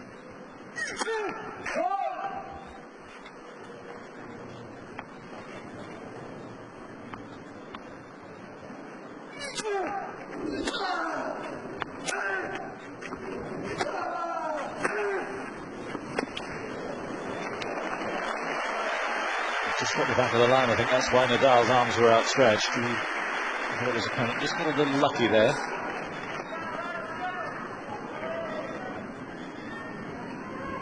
During his third final of 2005, one in Casablanca, got to the final in Buenos Aires. Mr. Gaston Gaudio, champion here.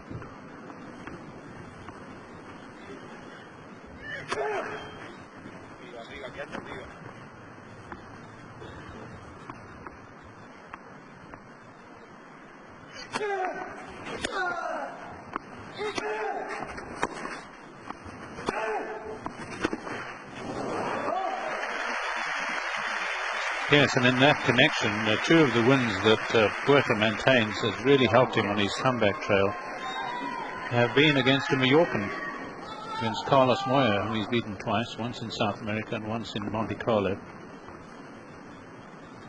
Like Nadal from that island.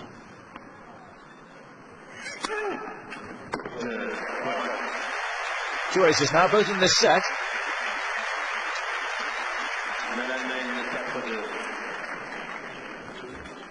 Of course, the win against Moya, a former champion here, bound to plant a very positive seed in Puerta's mind, and my goodness, is that not proved to be the case here.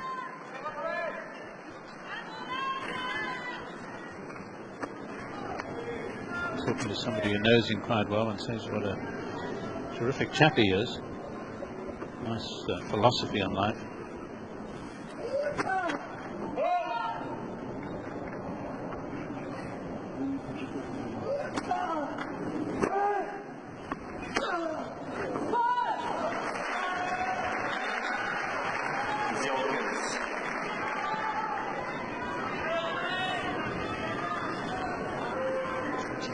Unforced errors from Nadal.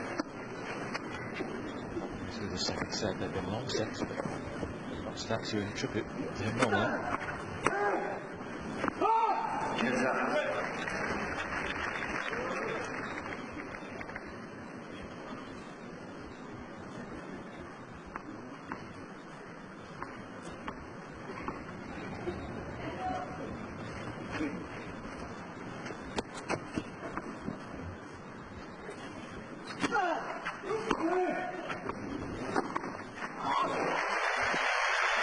footwork. Terrific anticipation. He knew it was coming across, didn't he? Yes, and that backhand did actually have a tremendous ring to it. Hit right in the middle, everything in proportion. Terrific weight into the shot, gets down on it, head down.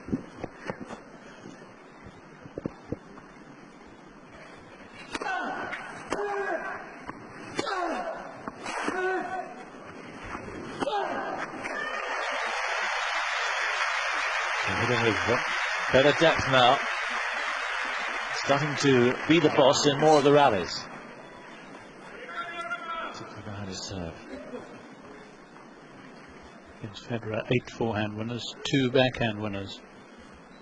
I expect that sort of ratio at least.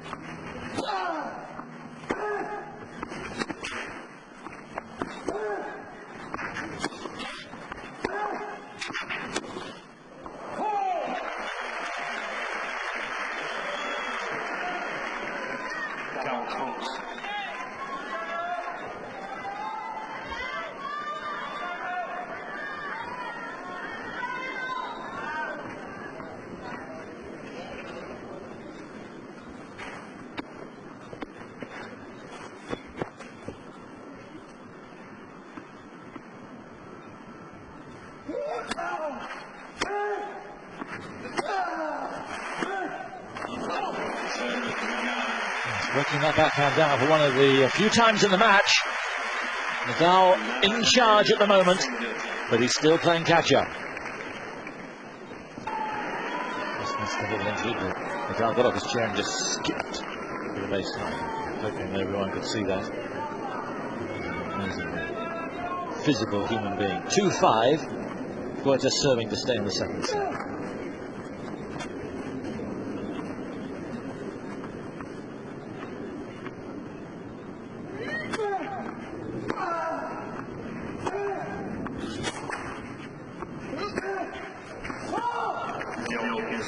Grayer overhead than it has been, but the rain is not with us. I suppose that we would get a shower about now. Not exactly about now, but it isn't here. Like this. Crossing the fingers. Might be alright.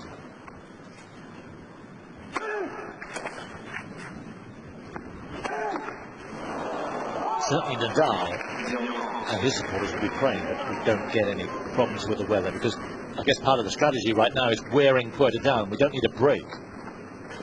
Yes, I think that's right.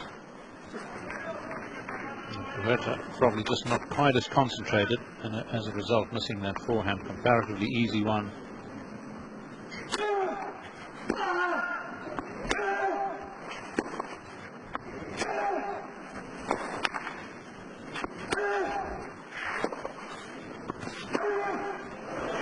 Got it. Again, no protest from Nadal. So few calls are questioned here. Just a tribute not just to the players, but also to the line judges. Getting very little wrong. Mario doesn't have to do anything.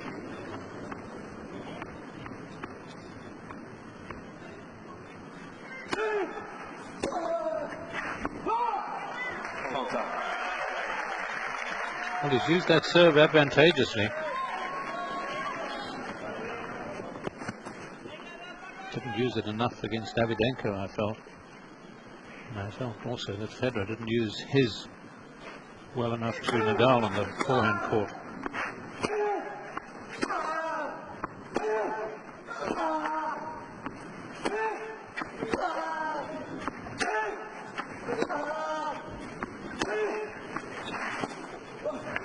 Oh, so good.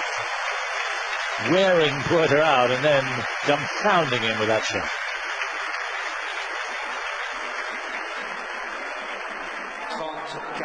He's so low to the ground when he plays this and gets the backspin, gets the side spin. It's set point for the Spaniard.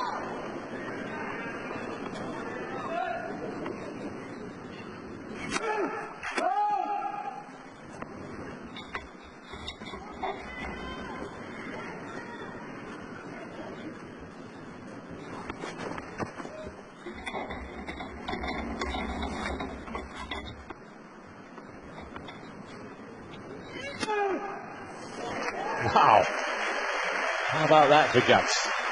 Second serve ace. And Tony Nadal applauds that there's nothing you can do about that, and dead right. And good to see that, isn't it? Applause the opponent.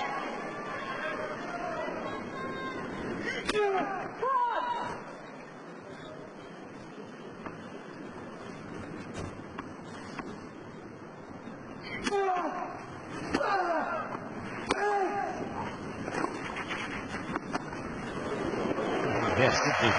Adjust well. I thought he was getting himself into no man's land there, but not a bit of it. Lovely reactions, wasn't it? Avantage, Puerta.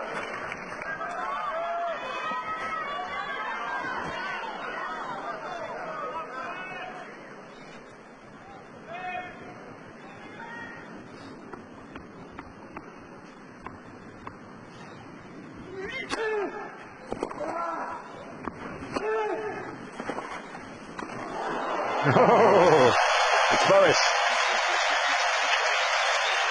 And both coaches applauding. It's a terrific atmosphere here.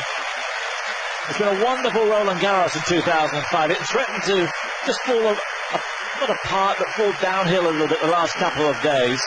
Semi-finals weren't quite what we thought we would. We really built up Federer and Nadal. It wasn't quite there. Women's final, well, too one-sided. This has brought us up again through. This is an unexpected gem. And this is one for the records, win or lose. He'd love that one on his wall. As you say, Alla Becker. Oh, lovely plunge. Must have felt like diving into water, seeing how effective it was. Landed pretty gently. And good to see the applause from the opposition camp. It's a super match. Nadal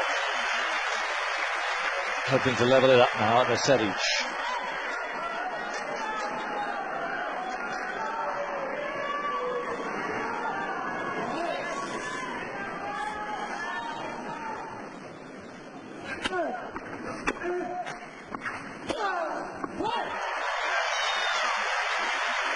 Not been taken to deuce on his serve in the set. Nadal lost just the 7 points.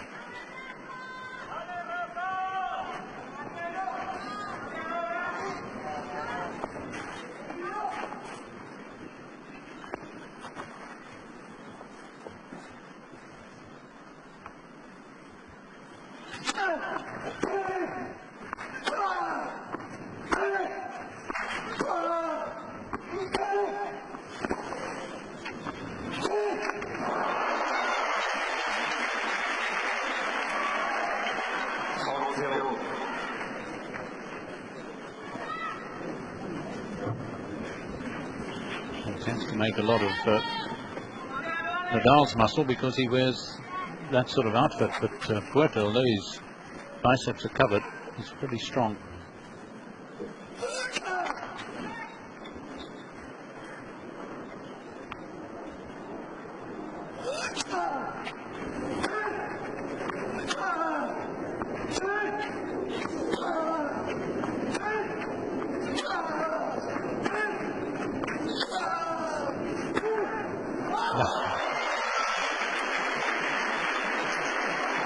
Seemed like a last hurrah there. She's barking out. Not instruction, certainly encouragement. And it's set point 3 of them now for Nadal. This is set point number 2.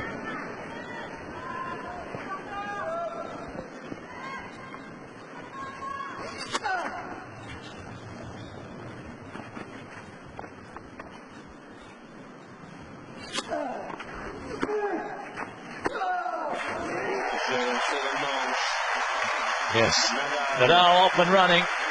And is that the big switch in the match? The Spaniards obviously think so. It is 1-all here in the men's final. So here's set number 3 then. Nadal still very high percentage on first serve, 81% first serves in. Count by and large, no breaks against his serve there. That break in the 4th game was enough. If this is part of the switch, to set number 3 we go then. Nadal and Puerta. Is it a busted flush, or is that on the way, or is there just no sense of that? We'll see in the next half an hour or so. I think will tell us an awful lot. Yes, particularly the first few games here of this third set.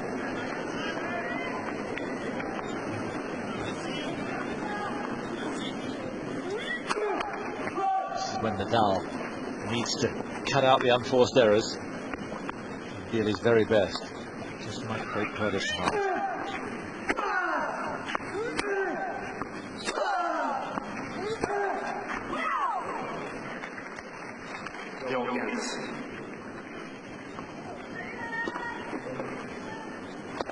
I think the combined power of Puerta is greater than that of Nadal's in this match.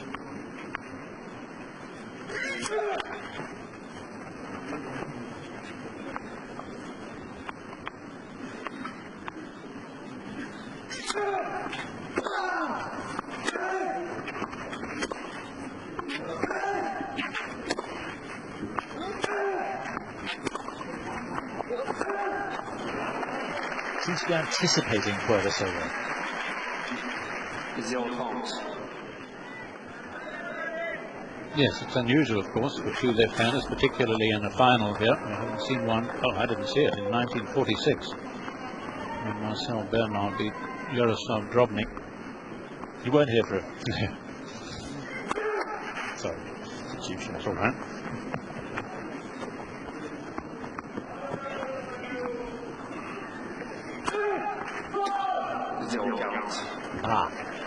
First double fault.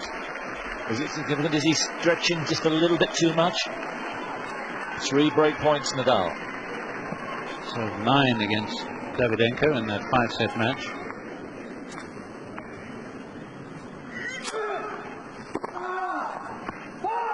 Ooh. Very close. I'll just see what the body language is like from Puerta, who's turned his back, so Pascal Maria comes down. It is wide. Not by much.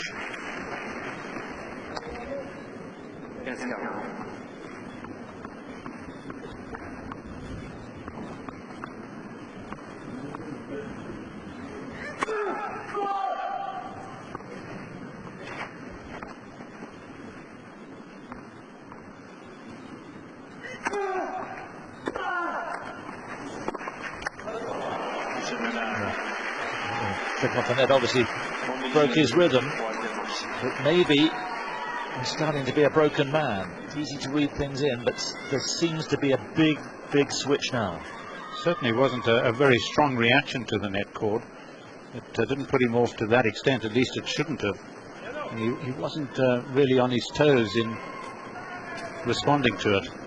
I was thinking of that 1946 final. The story is that Marcel Bernard, who came from 2 sets down against Drobny, wasn't even going to enter the singles here.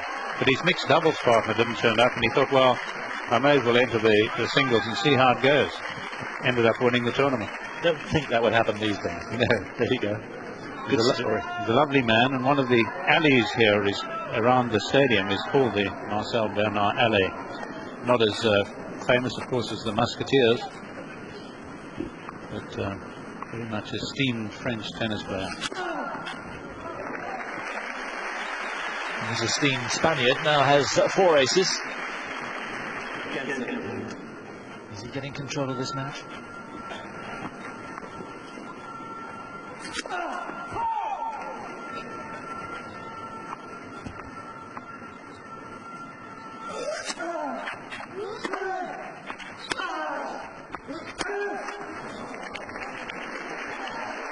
It can't be coincidence that all this is happening in the last 5-10 minutes.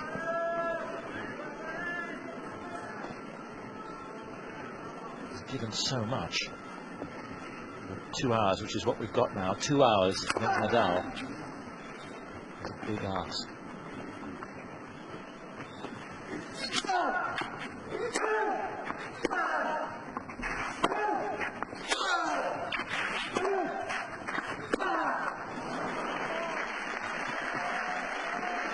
Well, all eyes, and I suppose, on his legs. It was the right thigh. He complained of the left thigh. Look at Guy Forget there.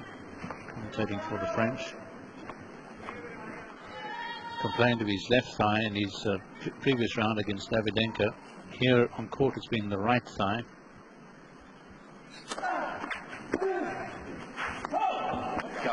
And he does seem a lot more sluggish. All of a sudden.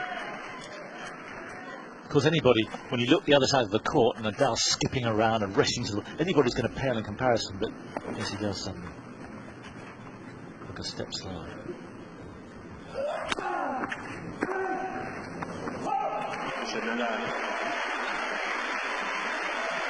He said that Nadal needed a good start to the third set. It's exactly what he's got, and this game now becomes absolutely crucial.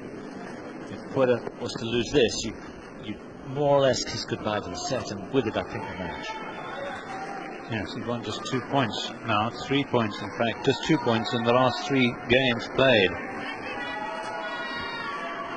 He's come back twice from 2 sets to 1 down, but not against Nadal, of course.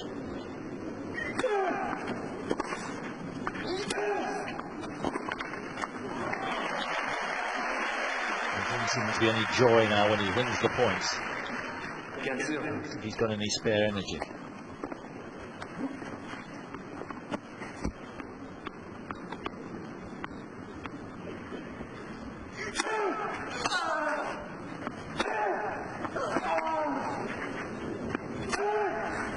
Well done.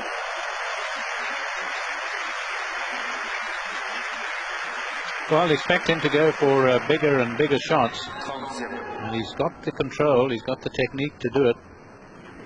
There's nothing like a few easy points want to start revitalizing you.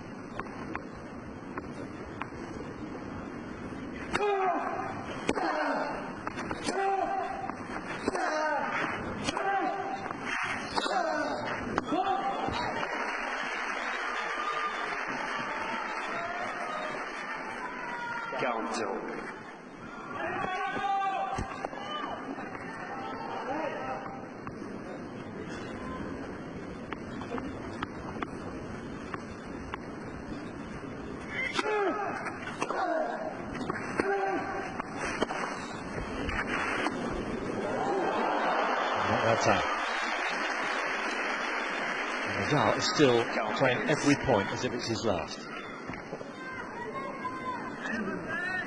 Yes, and showing the range of shots here. Puerta covering the short cross-court slice from Nadal. Very good defensive shot.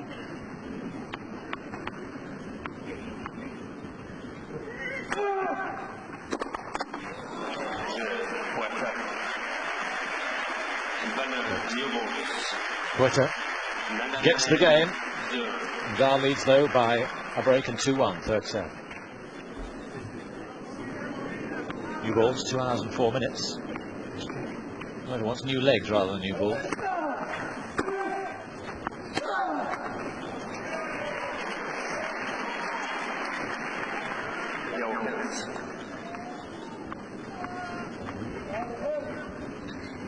Another left-hander. Number 1 here, but got to the finals, Lecon. A lot of the shot making at Puerta reminds a lot of people of Henri. He's a very different type of player. He's got that dashing backhand, hasn't he? Which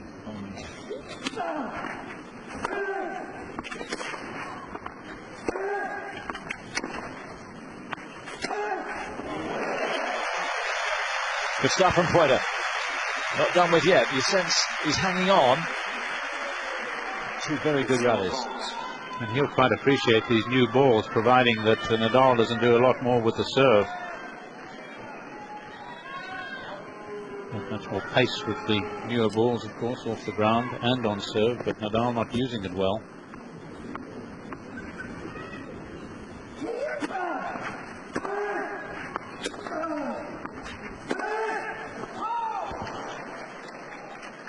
That's the kind of shot Fu was expecting, isn't it? Yeah. He didn't miss by much. It was right for length.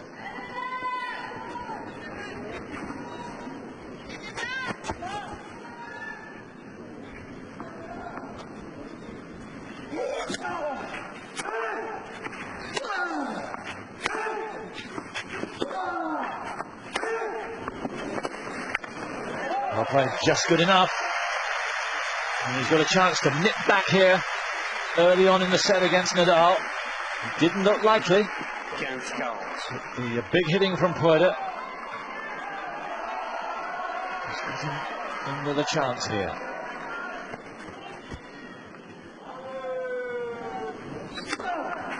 Roland Garros. 5 aces from Nadal. Just 187 Ks, well, reasonably powerful, but so well directed.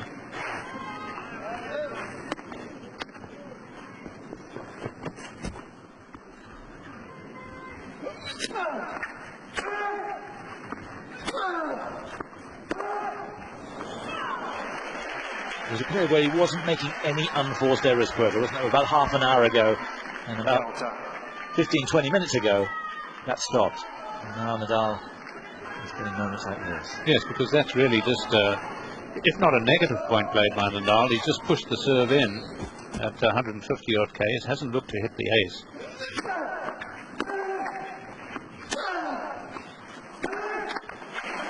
In other words, playing, waiting for Puerta to make the unforced error, and of course Puerta delivered.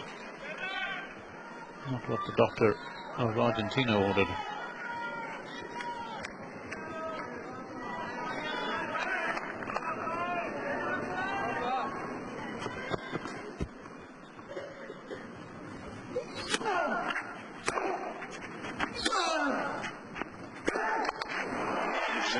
That was desperately disappointing for the Argentines, because Puerta had played so well there with some monster hitting to get the advantage, and in the end he was nowhere near doing it. Yes, I agree. Fizzled out.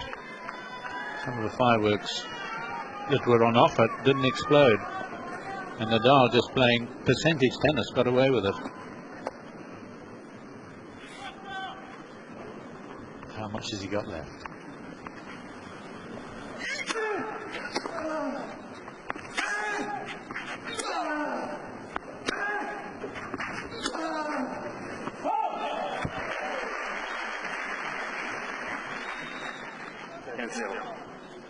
That last game, incidentally, the first time that Nadal's been taken to deuce on his serve since his opening service game. He did, of course, lose one service game, but there have been very few long games on his serve.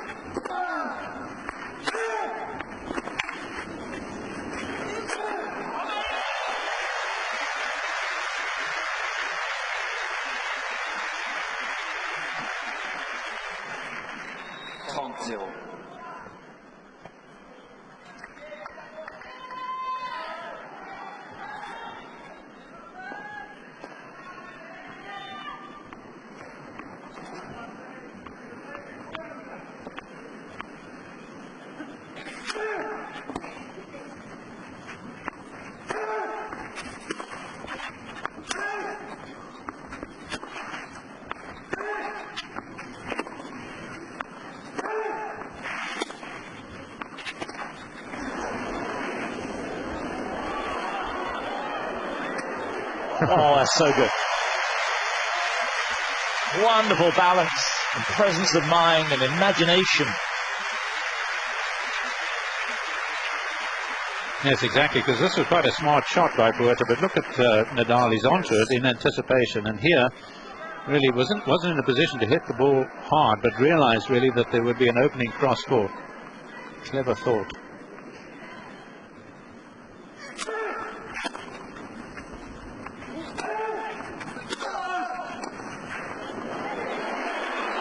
Well done. I wasn't sure whether to take it on, I'm glad he did. There's your friend with the Argentinian flag. We're entering another phase of some nifty little touch shots. Really has sparkled this game so far.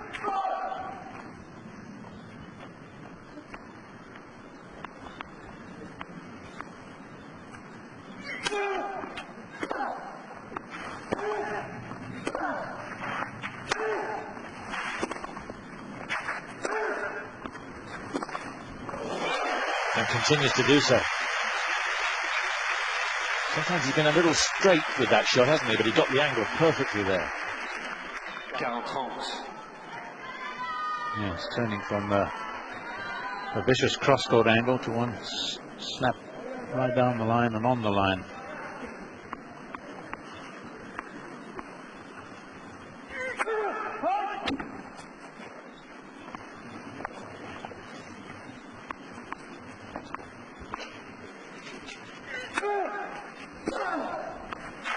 Done it again. Got a big slap as well. But it was rather alarming the way that Puerta just let it go. Yes, whether he thought it was going out, I certainly thought it was going out initially.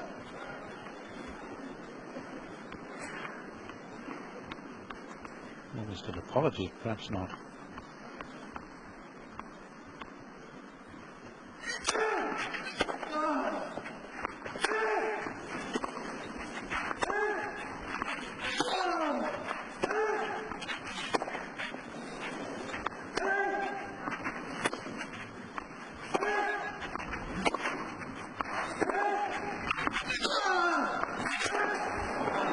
Switch did the trick. Wasn't sure what Nadal was doing earlier on in that rally, but I was at the end, and so too was Puerta.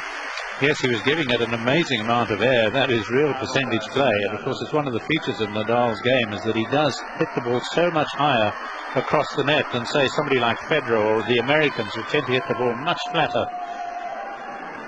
Break point for a double break then for Nadal.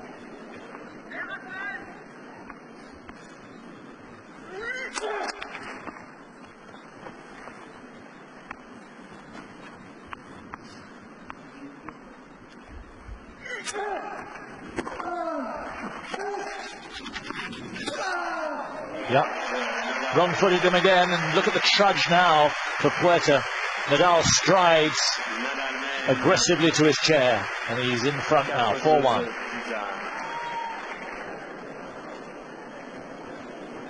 Third set then, 4-1 Nadal in the driving seat. Puerta has given so much and has played wonderfully well today as throughout the tournament, but it looks like his best time here has come and gone.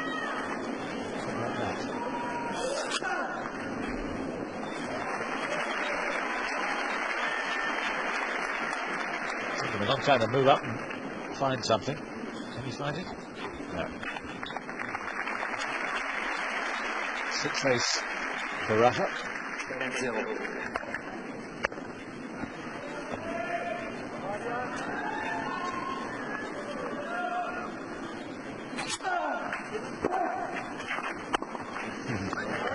It was always going to seem too far. The tactic that he's used pretty well.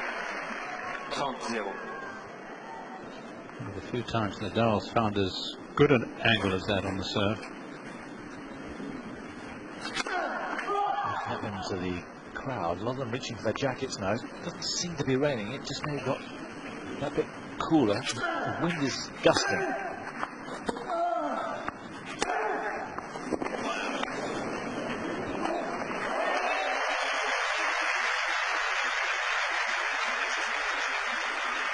This fella's in need of some oxygen for the legs.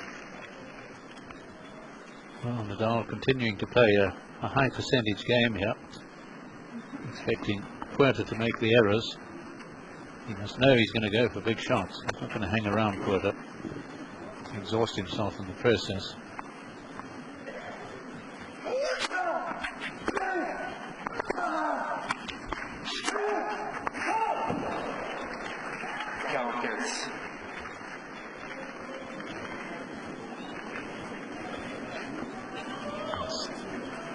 All the stats now beginning to stretch in Nadal's direction.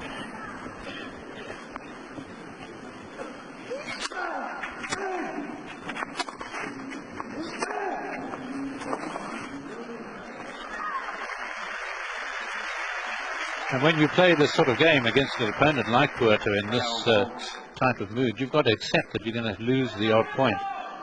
But what you're obviously determined to do is win more than you lose, and that's proving to be the case for Nadal. Big shots are working at times for Puerta, just not often enough.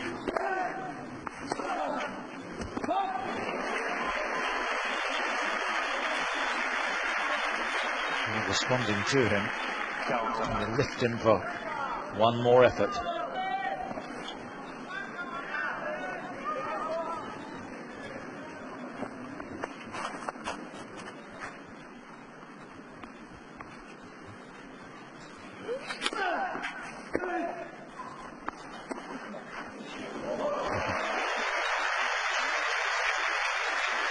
cheeky but so good. Avantage Nadal. Yes, we've seen a lot of them. Again, the big grip change to give himself the ability to slice under the ball. Didn't have to hit it so very short. Puerta was expecting another hard hit shot. Nadal. It's all Nadal at the moment. Nadal then. And you sense that the third sets are gone. The key area will be the start of the fourth. But it looks like Nadal and his day of destiny coming together. If he does win here, how many more times is he going to win?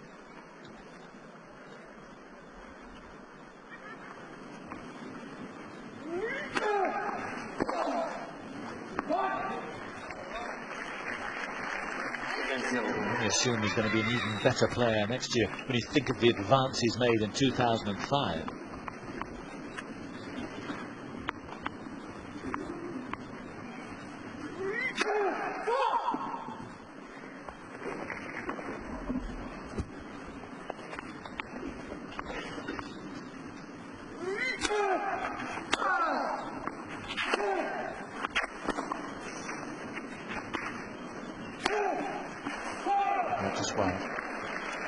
And he had injury problems in 2003 and 2004. He started the year ranked 51. I must say, I never saw this coming. No, I remember you saying that. So on top of the Ferrari team.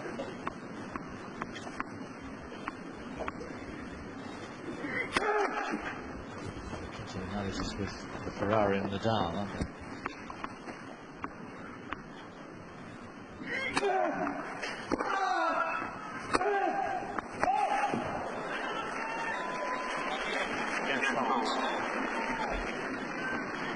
And the other good thing about Nadal is that he's determined to do well on grass, unlike some of the more recent Spaniards. Santana won at Wimbledon. And the way at times he's volleyed in this tournament, he can be a threat, I think, Nadal.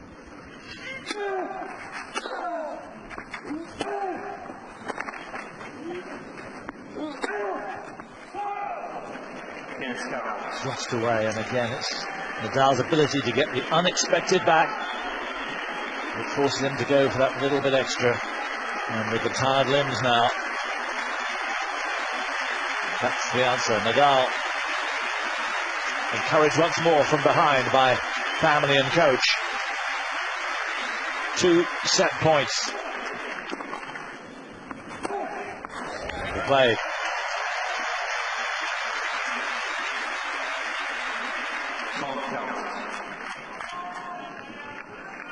Using the kick serve to the right court, of course, to bound away to Nadal's right to take him off court. So point number 2.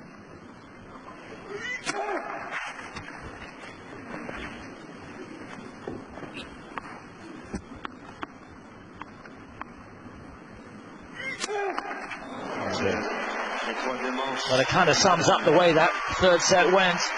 Nadal roaring away, it seems, with the match, and he's taken the third set 6-1. Max Wilander, 3 times the winner of this tournament, has popped in to talk just for a few minutes. And I know, Max, you're not surprised with what's happened in the last hour or so. No, really not. I was down very basically on the court side now, and if you don't have fresh legs, you are going to have to run after Nadal's balls because they've got so much topspin on them. And if you get a little tired, well, you're not going to get to any of them. I'm going to get to them, but you need to dominate the rally against Nadal. And Puerta proved that in the first set. And it was just a matter, could he keep it up or not? And obviously, when he's playing well and he's fresh legs, you can do it. But can you do that for 5 sets against Nadal? I'm not sure. This opening part of the fourth set, absolutely key. Oh, definitely. I mean, I think there's no question in which way this match is going. But again, Puerta surprises you with usually that might not be it, but playing tactically the right shot. And he comes up with big forehands and he comes up with big backhands. So he keeps surprising me, even though it was 6-3, 6-1 in the last two. He was closer than that.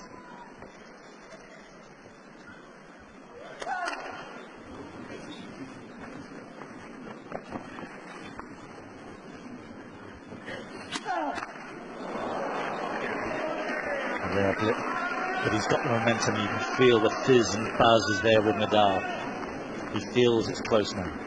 Definitely, he's so good. He's so good at realizing the momentum switches, and he takes care of it when it comes his way.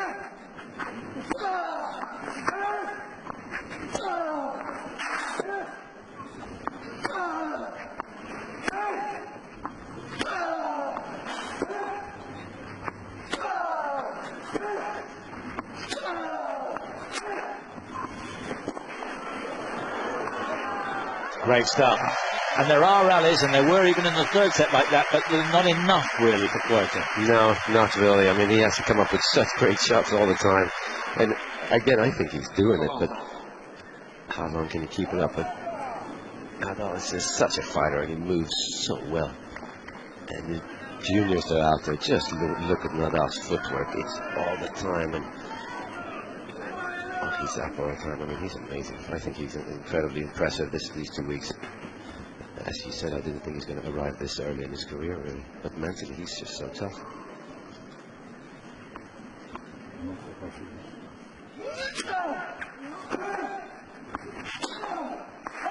No, missed that one. And that gives Puerta just a little ray of hope now. He can get off to a lead in this fourth set. Just maybe, it's not over. Although, I think the vast majority of the 15,000 here who love this match are sensing that we are fairly near the end. Big point here.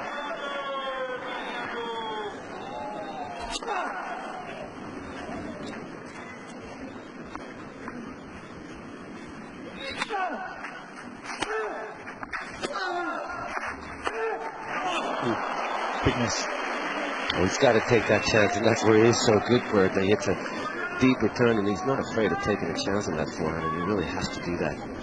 Because again, Nadal, suddenly keeps the ball 6-7 feet over the net and way inside, making sure he's not making a mistake. So Nadal is not going to hand Puerta the match, that's for sure. Can Puerta keep it up and actually win the match himself? That's the question.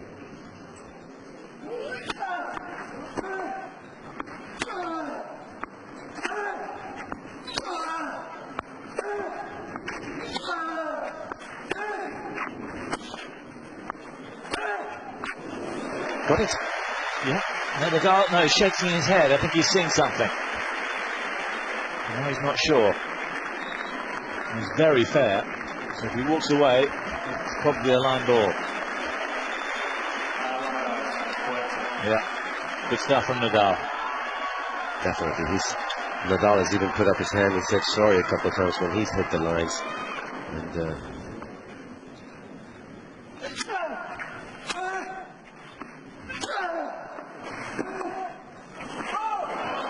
just can't finish it off, can he, Puerta, this game? No, he's so far behind the baseline there, and you can see that his legs are getting a little tired, and he needs to be just a bit fresher to be able to take that ball a little earlier. Then Nadal is not giving anything on the big points. I think Rafael Nadal is going to get tight for sure. It is the French Open final.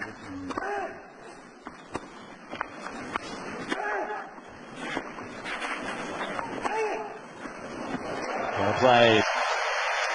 Yeah, we've seen no sign of it, have we, really? I don't know if he was a little tighter, perhaps, against Federer, because it meant so much, that particular match. I think so. I think he got tight in the first set. And, you know, it's a matter of, should I just keep the ball in play for Nadal and let Puerta make the mistakes, but also get away with hitting a lot of winners? Or should I start playing a little more aggressively? So I think Nadal is, he's learning as we speak, so.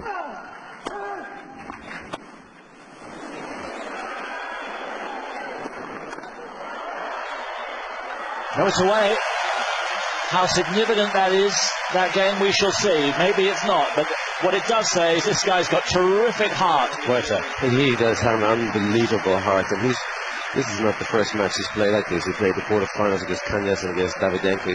Very similar matches, and And he goes in and out, or on and off, and I don't know how long he can keep going, but he's got such heart. Both these guys are such warriors out there, so really we're in for a treat, and it's nice to see a good clay court match. We've had some good ones in the past, but this really is turning out to be a classic where the level is really high. So I'm very excited to be around here. Good. Well, Max, thanks for joining us, and we'll hopefully get your comments later on as well.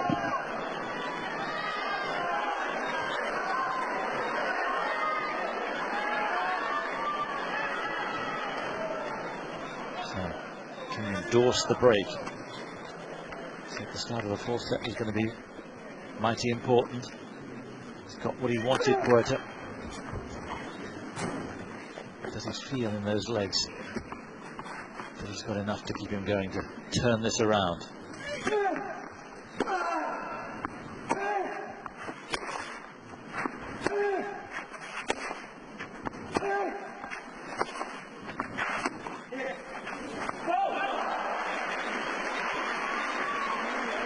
Who's rejoining? A blip there, do you think, through, or something more significant than that? Well, it seemed unusual. It seemed that Thady Love, that it was going the way the story was meant to go. And a couple of unforced errors, some good resilience from Puerta. He's talking about the spin and perhaps the wind. It hasn't got any stronger. It's been ever present. Not as bad as it was in his semi-final match.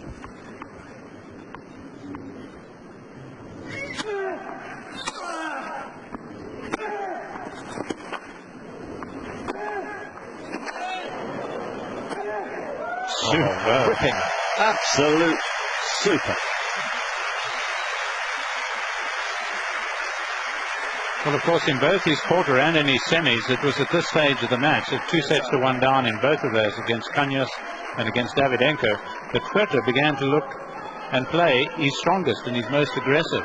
As he was saying, you'd move into the court, take the ball a little earlier, play even stronger, when you actually expected the opposite to happen.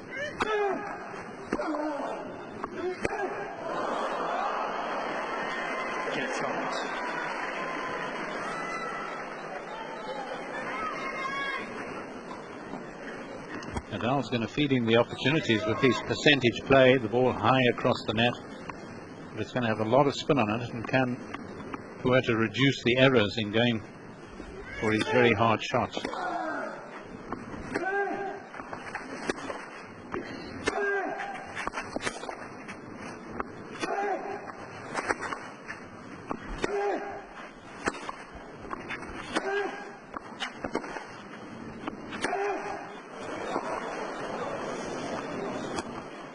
Oh, brilliant. There were about 18 options. I never thought that was one of them. There you go. Of course, the way he shaped up, it looked as if it was going to be another drop shot to the Nadal backhand side. Just watch this here. That's what's coming. And then with Nadal moving for the drop shot, that is as clever as we've seen. Shows that his brain's still working. Despite the obvious fatigue he must be feeling.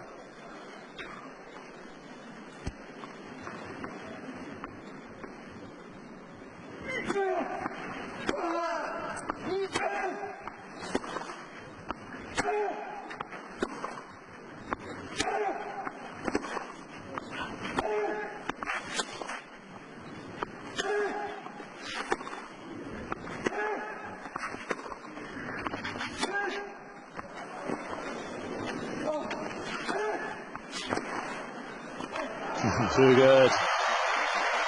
And look at Nadal's reaction. He knows that shot was as important as any in the 2.5 hours we've been going. Great point. A shake of the head from Puerta. This is captivating stuff. Just too much of an angle. Nadal gets on it, makes him stretch that inch too far.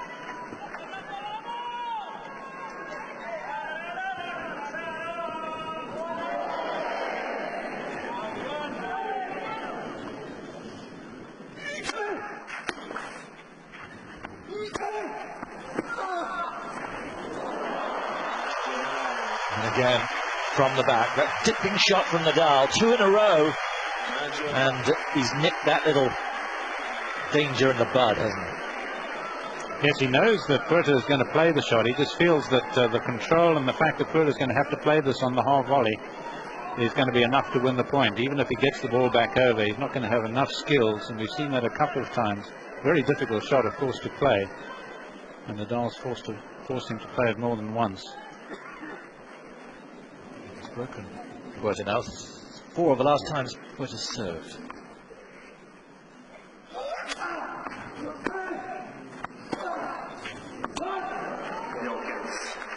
Not as effective behind his own serve at the moment. Still 80% first serves in. Could be a record for a French Open final.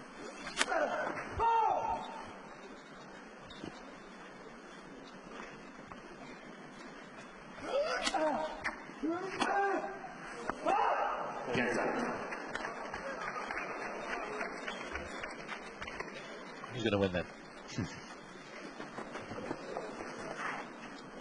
Probably the age when these two chaps started playing. Puerta's father's a coach.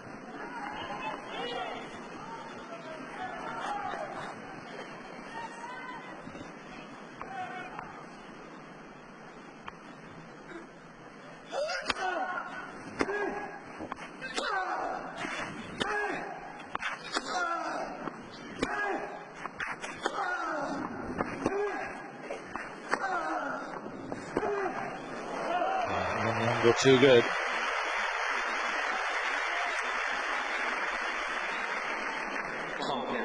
He really goes for angles early in the rally, apart from drop shots. Seems to need 3 or 4 shots, and then he goes for the big angle. Yes, of course, if that happens, it means that he's wearing his opponent down, and those are signs we look for. I've misjudged Puerta in the past year a couple of times.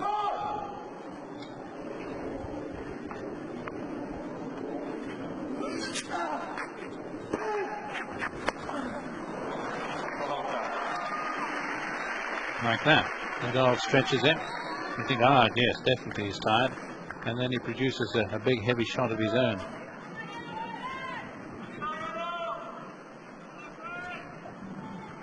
The trophy's going to be presented by Zinedine Zidane, another artist.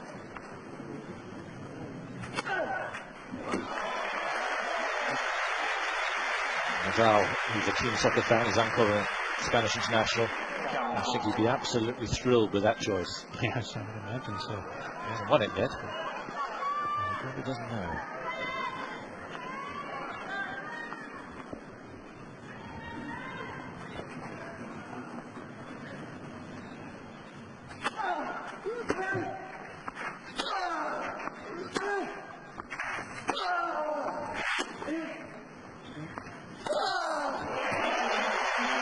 Monumental. It's 2 sets to 1. It's 2 games to 1 for Nadal. Still fighting like the pampas bull that he is, Mariano Puerta. But what can he do now? You know he's game by game getting more and more fatigued against this live wire Nadal. He just doesn't seem to tire at all.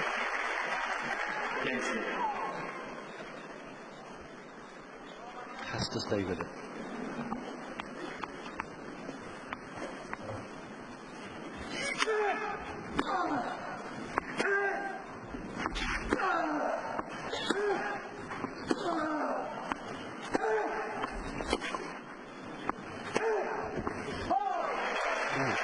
Was it? Nadal's giving it a good look. He's all right. He can't find a mark, can he? No, he can't. Such a good sportsman, Nadal. He's a credit to himself and his family.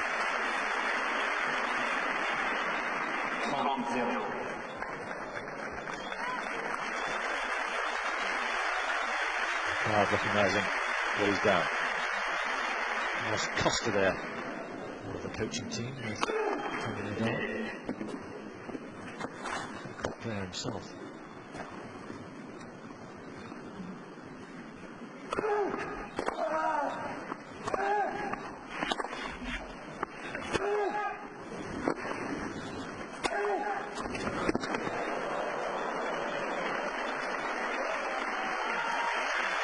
You can see Puerta looking down the court as if to say, I can't believe you're still going for a shot like that.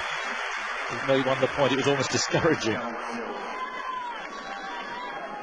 Yes, and he'll remember his match against Cañas, a man too who just never gives up, and he was able to overcome him, fellow Argentinian. Puerta fires down his first ace of the set, his first for a while, his fourth in all. 2 games each. This was the second love service game of the match for Puerta. Nadal's served 3 of them.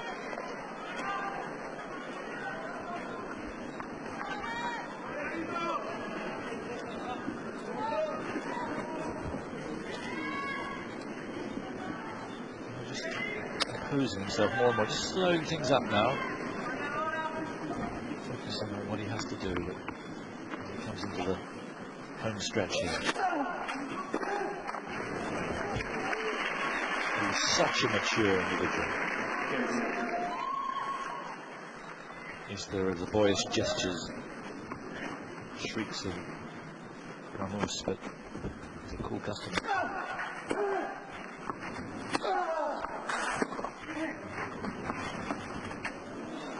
No, you can have that one. Yes, had the chance to go in. I think thought of it for a fraction of a second, then deciding against it. Bided his time, saw Puerta a long way back. He's played a lot of these successful drop shots. Look how far back Puerta is.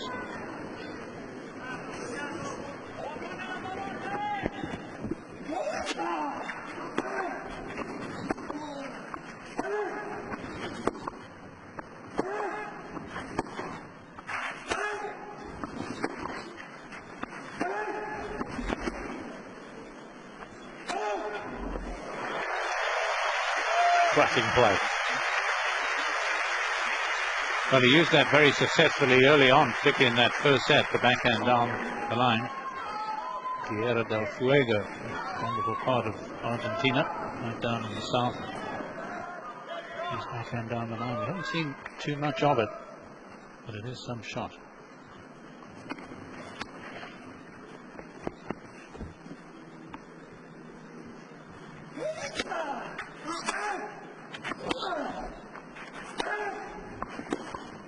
Oh, yes. Well, I don't think he drew him in on purpose, but it certainly looked like it the way he finished the rally. It was so decisive for him. Yes, and Puerta actually looked like a little boy lost up at the net. Not that he's bad at the net, but he just seemed to have no real idea. And I think you're right. I think he was sort of drawn in against his will, almost suggesting there that he hadn't seen what was coming. Well, I don't think he did.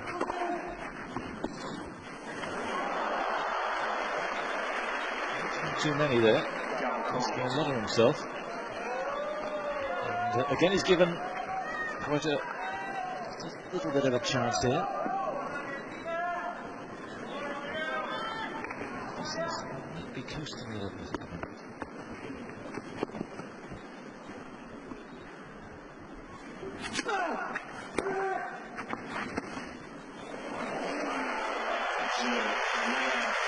So it must have been close to being long on the line, but no debate from Puerta. Perhaps he's run out of breath. It's 3-2. 2 3/4 hours now. It's grayer and grayer overhead, but the wind, I think, is doing us a favour, blowing the clouds over. The rain has stayed off so far. 2 sets to 1 Nadal, 3 games to 2 in Nadal's favour.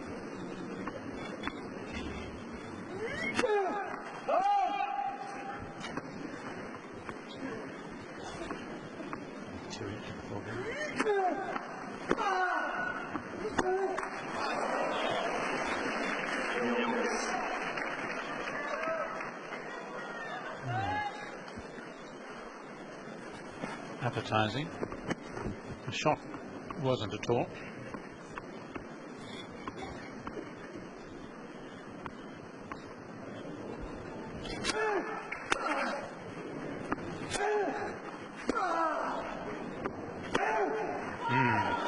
Yes, 2 dissimilar shots, but the same sort of effect. Yes, I think so. I think the symptoms are now being seen on the sort of ragged play of Puerta. He's striving to hit the ball, but he's not putting it all together. Huge points coming up. His first serve, which has been pretty good in this full set, now deserting it.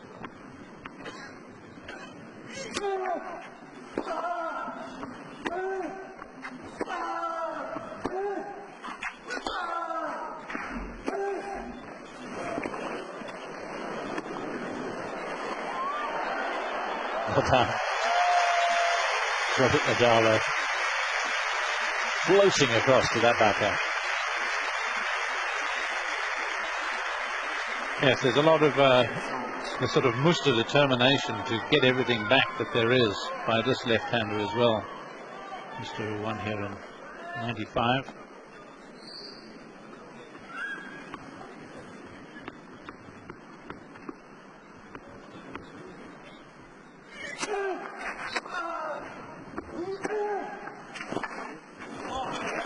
Played. Well, those were big and they were effectively played, but he's just got to keep the concentration going. It is sometimes difficult, and that sometimes separates the men from the boys. He's done so well, obviously, to get through to this final by doing just that, Puerta, but now it's essential.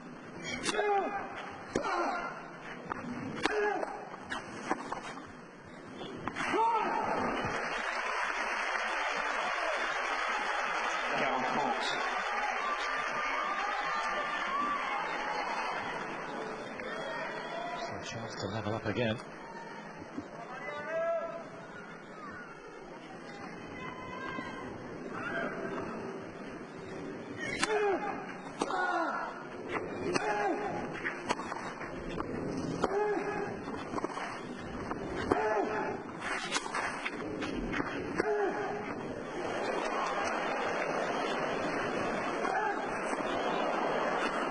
Not out. Nadal very nearly pulled it off, but the Argentines, quite a few of them on their feet, recognizing how important that game was. Big stuff from Mariano Puerta. And he's still in this, still giving himself every shot, wonderful angles. And he's not done with. No, particularly the way he got up for this. Some spring in his step yet. He really had to lift himself off, rocket-like. But he has played some creative tennis, hasn't he, with those cross-court forehand angles particularly.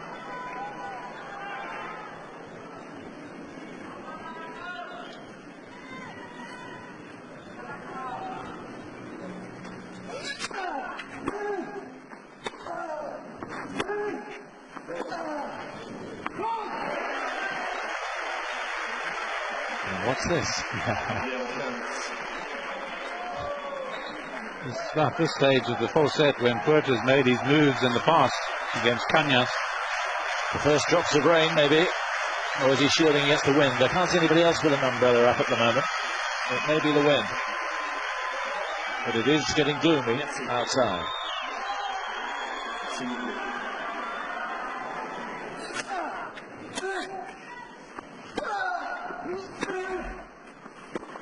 Oh, that is a real miscalculation.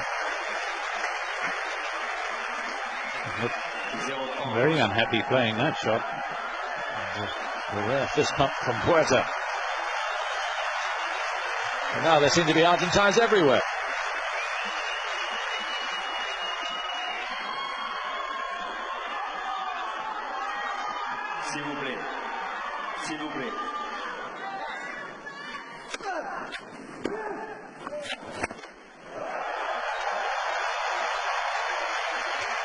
This is astonishing. 3 break points for Mariano Puerta.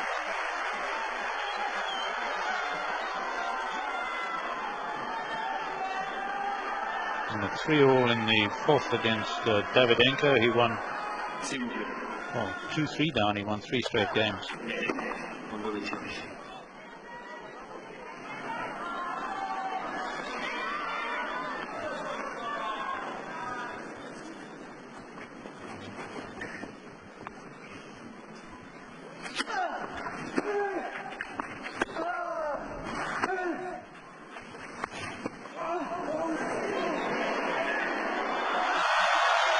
shot to play at such a time.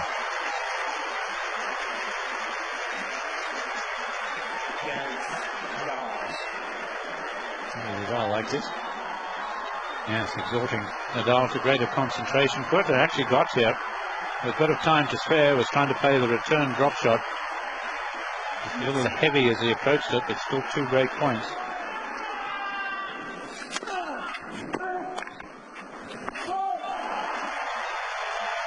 So he must have just got the line. So how important is this point right here? 2 break points saved. Here's break point number 3 for Mariano Puerta of Argentina.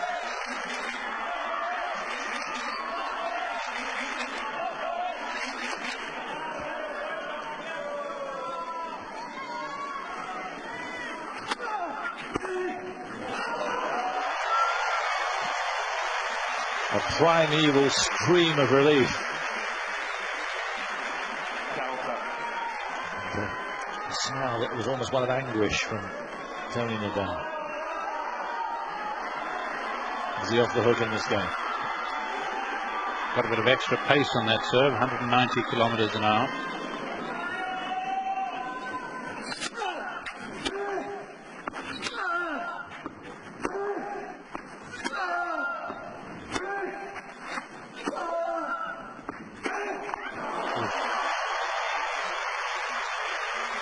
He started this particular game, and then just when I've written him off, he started producing wondrous shot making.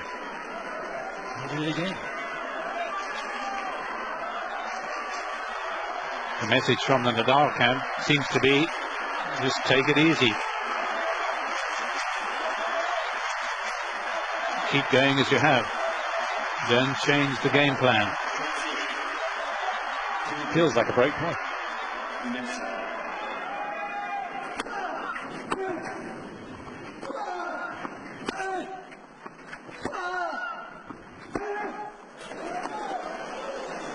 Good enough. Well, I thought he made the mistake early in the point there, Nadal, of going to the Puerta forehand. Maybe he expected Puerta to be rushing to cover the backhand, but he had open court to the backhand side. And Puerta's strong in that wing, but not as strong as he is in the forehand.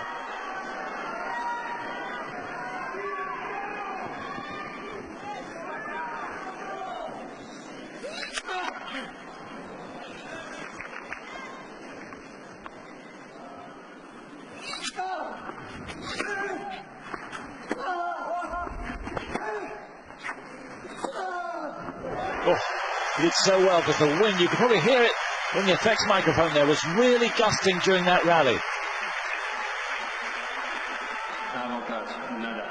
Argentine camp pretty somber now. Has this chance gone? Is there going to be another one?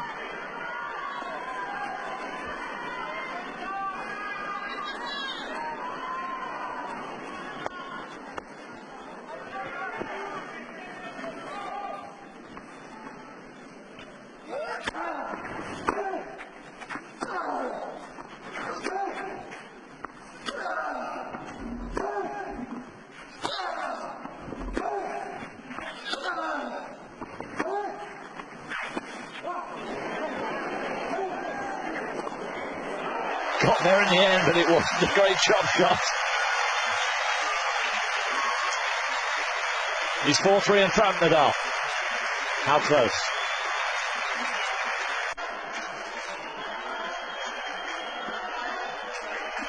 Wonderful atmosphere here now. Whoever you're supporting, it's been a terrific match, and we move now towards the end of the 3rd hour. Still no rain. But when you look around, you wonder how it is. The gods are smiling on us. And the wave has started. I think the players want to get on with it.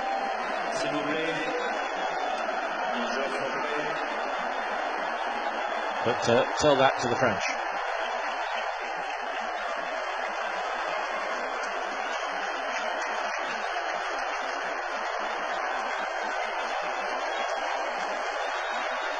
But it has been a terrific climax to the fortnight. Whatever happens from here on in, it's been a wonderful scrap through.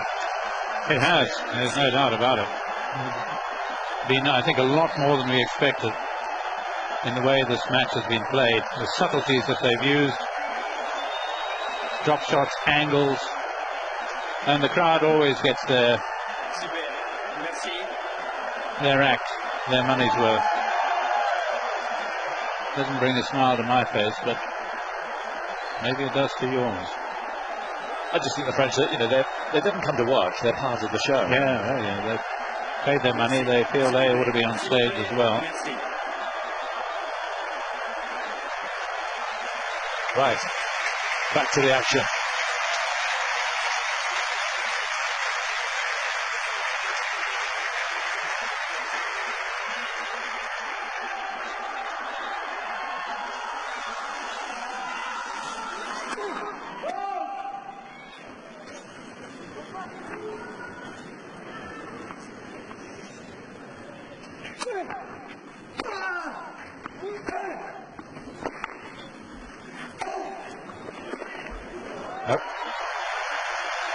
I just think we were talking during the break.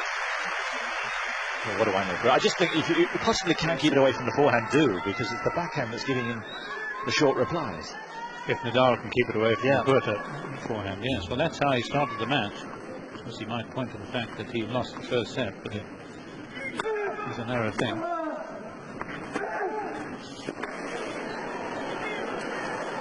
And right now, Puerta's doing damage on the forehand. He's not doing any damage on the backhand at the moment. Having said that, he probably will now 3 times in a row, but he's not. No, he's got the power to do it, but he's certainly hitting many more forehand winners than he is backhand. For instance, in his last match, he was 23 forehand winners, 5 backhand.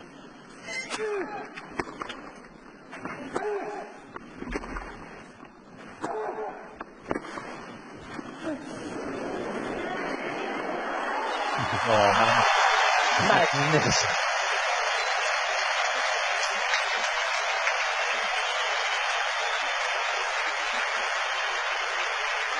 Well, he threw everything at it. You say to a left-hander, you've got to play to his left hip because he waits for the backhand volley, probably just a little low. Otherwise, it would have been even more uncomfortable for Puerta, but still terrific reactions. Second time in the match, of course, Nadal has gunned the ball right at him.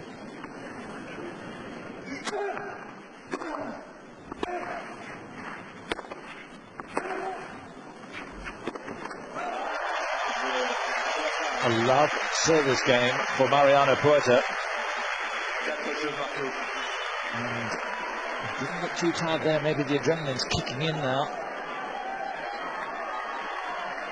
Well, if he can land with a couple of big blows here early in this 9th game, the match could still very well be all on here. Here's the cable run from the Suzanne Longman court right into the Chateau.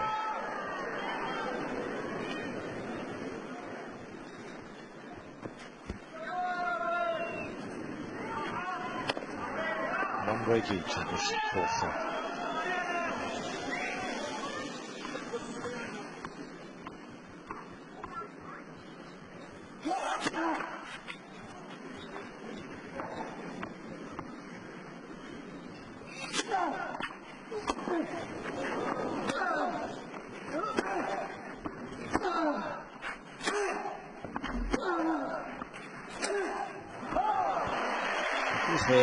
There are 2 other things. We haven't talked about Nadal towering because he seems tireless, but he might have nerves right here. And not negative, but he's not quite as assertive as he has been. And they can drain you too, of course. The nerves.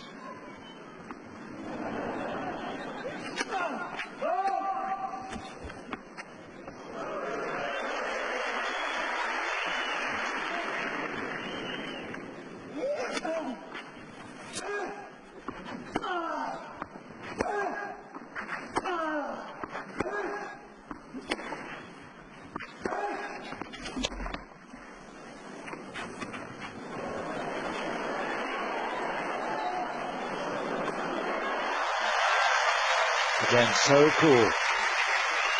And the computer in his brain working so effectively. I trapped the ball. Yes, he down with it like that. And the ankle.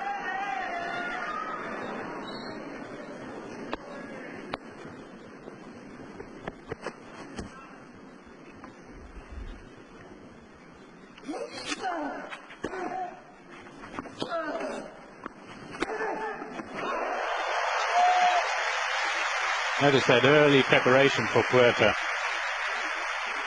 It helps him to sling in the last mini-second drop shot, but it also helps him to explode with power, really.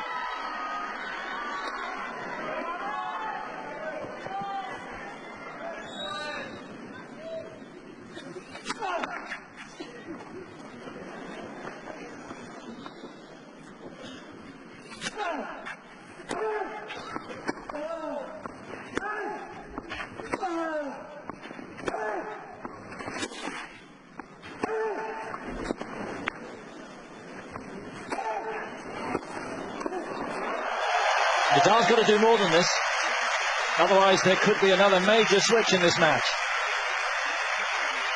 He's in his shell right now, and that is not a good place for Rafa Nadal to be. Yes, I don't think he's taken account of the fact that Puerta's won 2 matches from 2 sets to 1 down. At times looked as if he was out of them, but somehow found the energy, found the inspiration that this tournament perhaps is doing for him. It's a dangerous game, this percentage game that Nadal is using.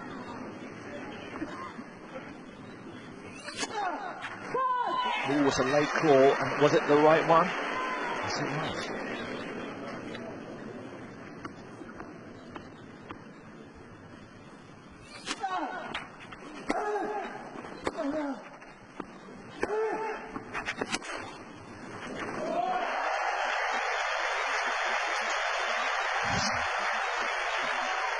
Non-stop bemusement. Nadal is wavering here, there's no doubt. And Puerta might have a chance of turning the whole thing around. It's break point. Looking at him as if he can't believe that the Iron Man of tennis is playing like this.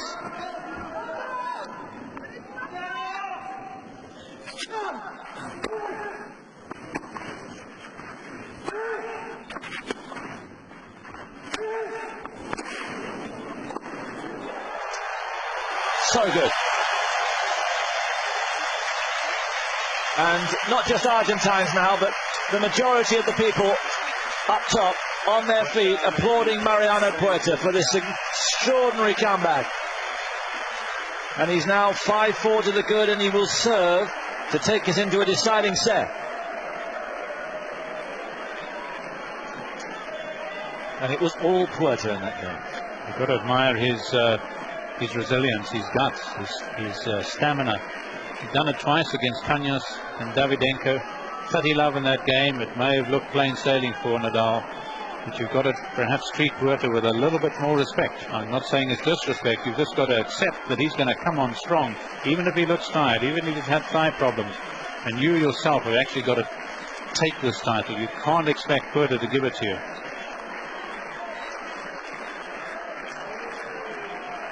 Who's outlasted so many in this amazing run of 23 successive wins. Remember, there's phenomenal wins against Guillermo Coria in Rome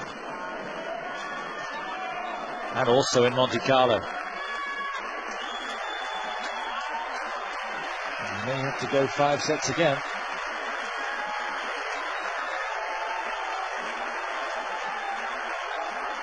Mariano Puerta then serving at 5-4 for the 4th set.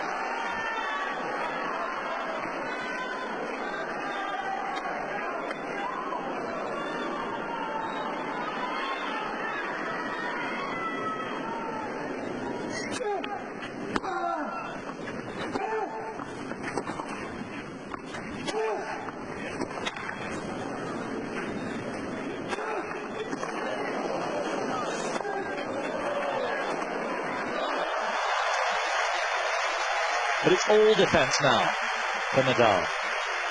Prodigious though it may be, it may be digging a massive hole. Wasn't this brave? Second time in the match we've seen him take those. I mean, it went as high as the Eiffel Tower. Slight mishit there, but kept it in play.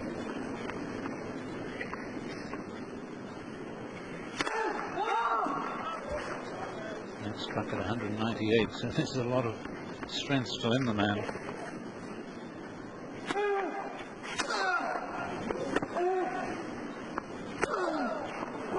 it.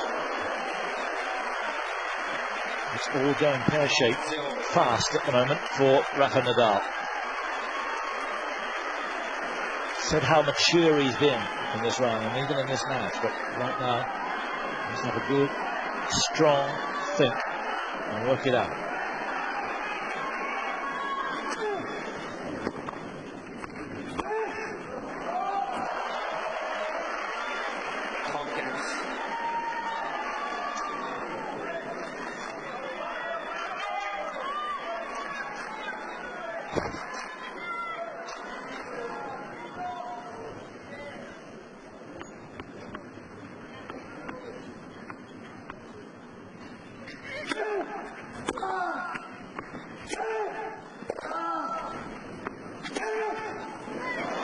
More mighty heave, and it's given him set points.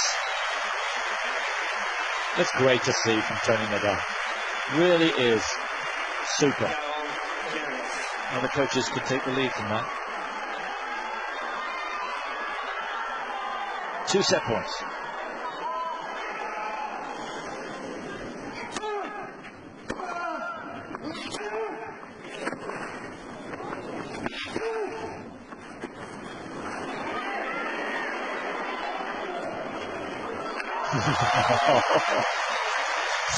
Stretching. We just couldn't find the extra lever he needed. My goodness, we've seen some magic out there, and this is just another classic clay court shot. The stretching, the drops, the angle cross court.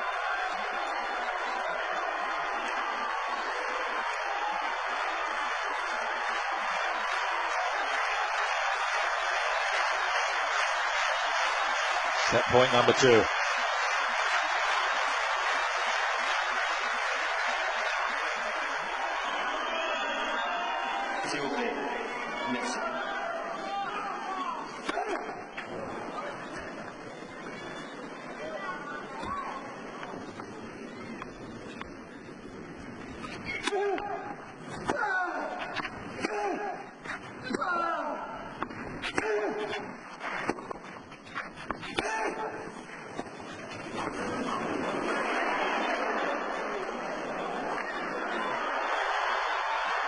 Oh. I thought he was going to get it. The crowd's on their feet.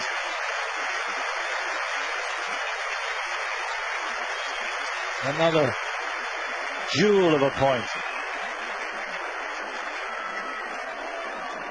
Nadal just telling himself if he control it well enough and force Puerta to stretch, that he's not going to be able to hit with too much power. And look at the jump that Nadal gives.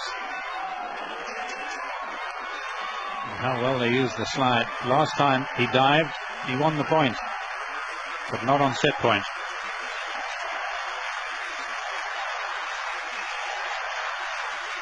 So there it is. Oh. He was that close to taking the set. He still might. It's juice.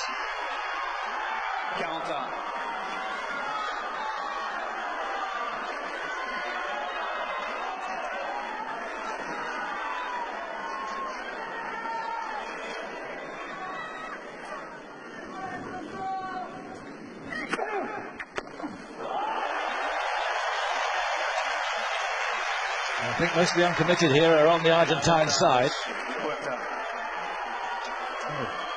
Country known for its support of the underdog, but I think here they just love what he's done. Set point number 3.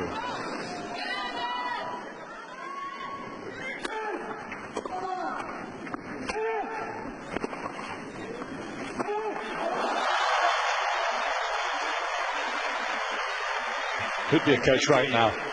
He's earning his money through, isn't he? Even though he's just sitting there. I'd still all rather like to be in his position though. Yes. But I know what you mean. Just a little low, that one. Not unreasonably. Couldn't quite get under it.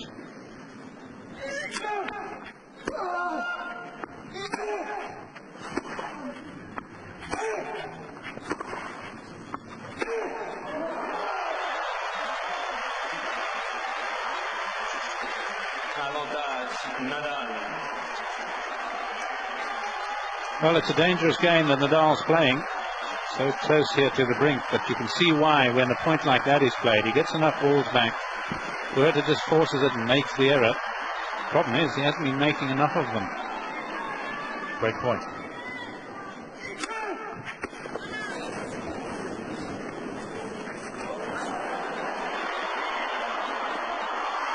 Oh!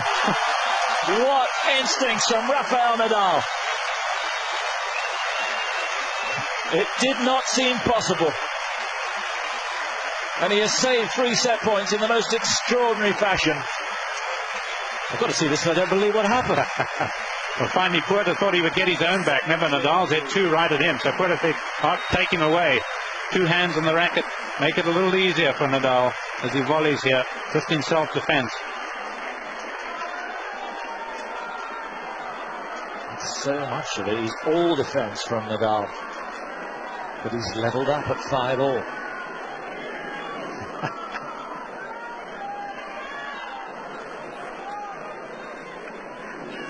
Imagine the scenes in New York itself. I've seen Moya win here before.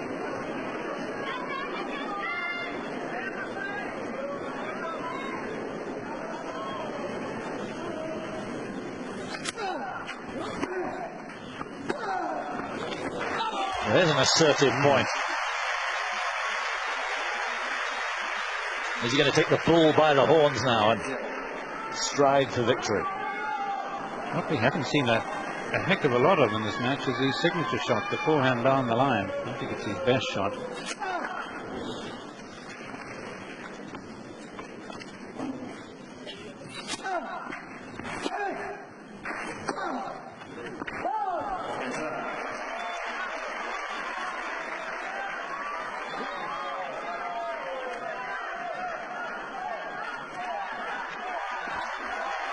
Puerta's now been on court over 18 hours in this tournament. Probably feels he's been on 18 hours today. He probably does.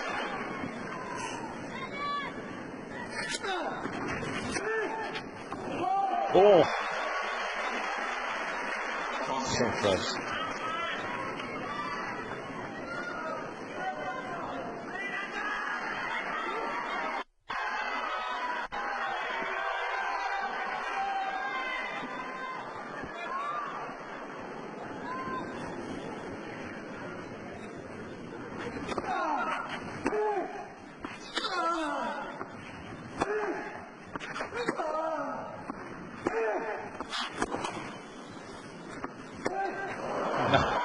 Just climbed that little bit further than he could control. He made up his mind to take it on and really hit through it. In the end, it got up that high. He'd have been better off just changing his mind at the last minute, but that would probably have lost him the point anyway.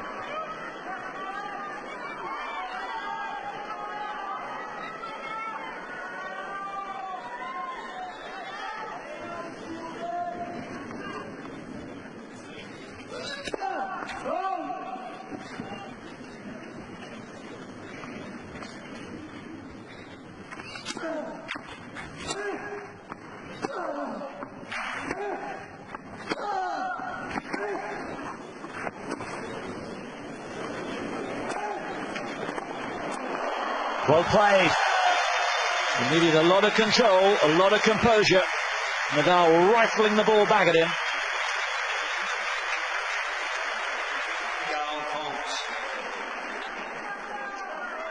And controlling things with the forehand, and Nadal asking a question of his backhand volley, just using the Spaniard's pace.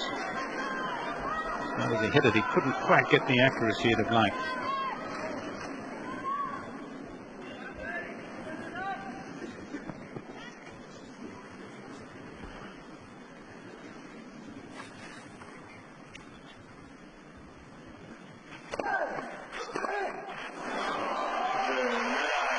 Nadal holds, and he's a game away from what many people regard as his destiny here this afternoon.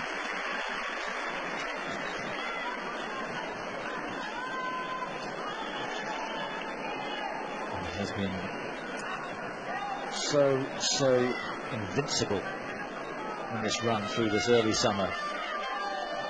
just momentary signs of fragility here this evening. And Puerta, is he too fatigued to take advantage? And is that little spot over now for Nadal? And I suppose if it is over, and if Nadal is to win it here, then many would say, the King of Spain looking on, that many would say, well, he's used the right tactic, he's won in the end, and that's all that counts. But let's face it, he's been so close. 3 set points here Puerta's had to take it into the 5th.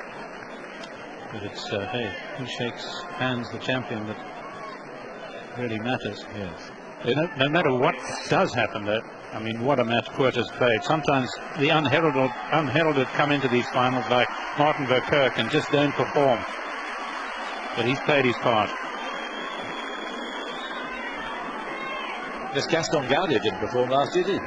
For 2.5 sets, he was a non-entity. That's right. He ended up taking a trophy home. Yeah. And Puerta's played so much better than that.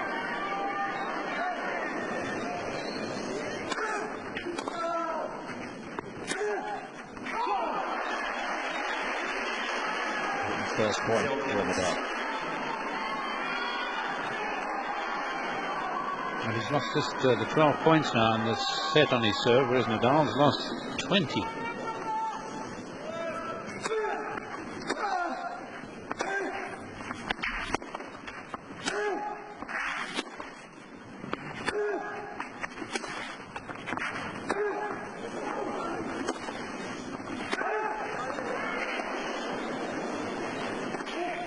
Brilliant.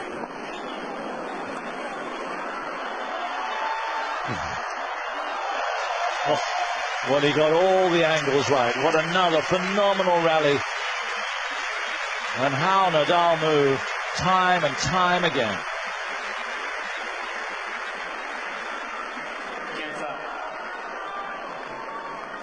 Just been close to being out. Just banged a little bit, didn't it? Nadal couldn't stay with it. He was just checking there was no call, and none was there.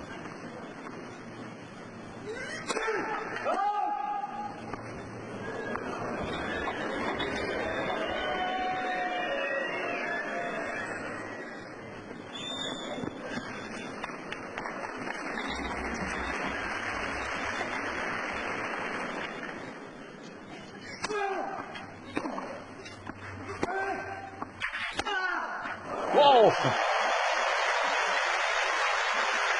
How few of those we've seen in the match. Well, this is what we've been asking for Nadal, just a bit more of the sort of play, really, that more typifies him. I mentioned the forehand down the line, but suddenly the eruption on the backhand.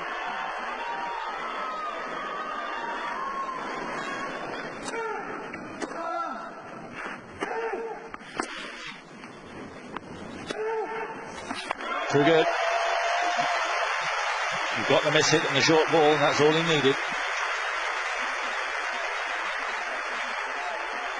Well, yes, there have been unforced errors, but there haven't been sort of the blatant unforced errors which makes you cringe. When the point has been there to one, in the main, they've won it.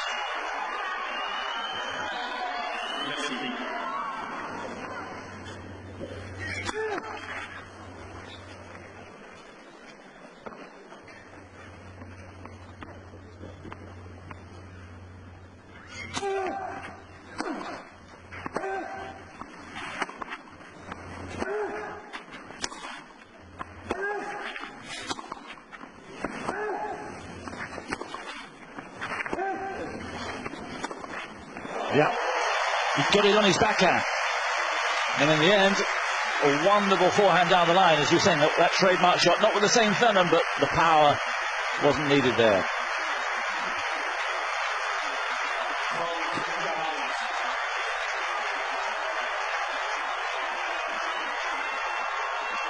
After 3 hours and 23 minutes, it is match point for Rafael Nadal. This for the title.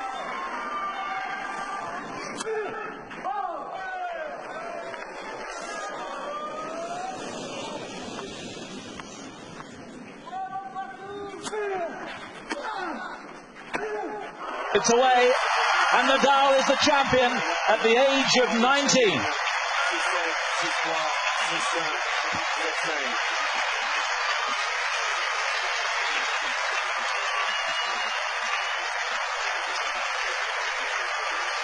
A wonderful match. A superhuman effort from Mariano Puerta, but this superhuman phenomenon that is Rafael Nadal has become the youngest winner since Mats Wilander 23 years ago. A family full of athletic sporting talent, and over he goes. It's the king he shakes the hand off first, though, and the queen. And how proud his nation must be of him. Well, King Juan Carlos came here to see Juan Carlos Ferreira do it. Moya did it. Bruguera did it. Santana did it. This is a bit of a prodigy, though, isn't he? And he's still got the effort to climb 6,000 stairs. As if he didn't take the long route in winning the match. Not the aggressive Nadal throughout that perhaps we expected. But hey, his tactics proved right in the end. And it perhaps made for an even more entertaining match in the end. There's that. Miguel Angel and Tony, who's guided him since he was a very young boy to this title.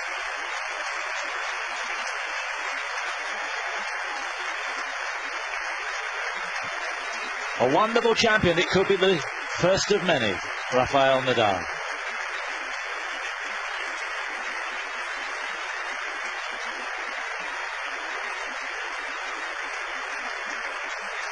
Great to be here for him. Oh, outstanding, yes. It was clay court tennis at times at its best, with the variety that we saw, the drop shots, the angles. I think that made it for me. Nadal probably always likely to be the winner, but Puerta, let's not forget the man who's come back from the wilderness, the prodigal son of Argentina. We're going to take a break, don't worry, we'll be back for the presentation in a moment or two. We've seen that scene many times this year. Rafael Nadal flat on his back. And there's Tony Nadal. His sixth title of the year. I was saying to you earlier on through that I never saw it at the start of this year. I knew he was going to be a good player. I thought it was some way off, and I wasn't sure ever that we'd see scenes quite like this. Certainly not as early as we have, but it's been a fantastic advance this year. I think the seed of this triumph was sown in the Davis Cup. Yes. I think that's what made it, yes. It told him he was no longer a boy, he was a man. He could play it through enormous tension and give of his best. And here's perhaps the greatest sportsman of them all, Zinedine Zidane. Plays for Real now, but they won't forget. World Cup winner, winner of the Best Player in the World award, Best Player in Europe award. He's won it all, done it all, and still a modest man as well. And there's a lot of Nadal there, you sense. But it's Mariano Puerta who comes up to get his spoils, and boy, has he deserved them. And he should be thanked by everyone, because it did seem as if the tournament was a bit of an anticlimax at the end, but this has been some effort, hasn't it? It's been a great show. I mean, that's what it's been. And this is a huge story. As he was saying, he had to come so many barriers, but he approached it, and it's made him a much more humble man. And I think, from what I hear, a terrific character. And look how pleased he is to shake the hands of Zidane.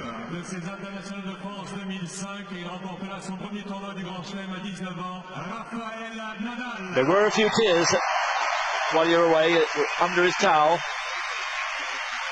And there may be more. His dream, this.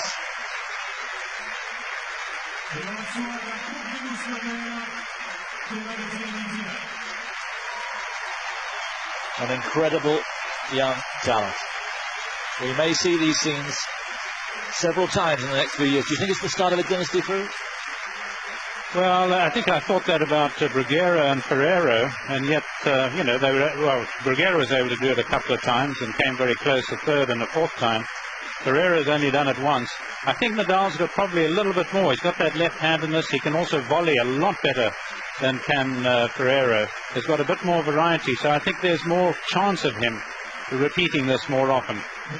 He's a wonderful tennis talent. He's not a great linguist as yet. They've been working on his English. I'm not sure about his French. I think the majority of this will be in Spanish. But first, it is the Spanish national anthem.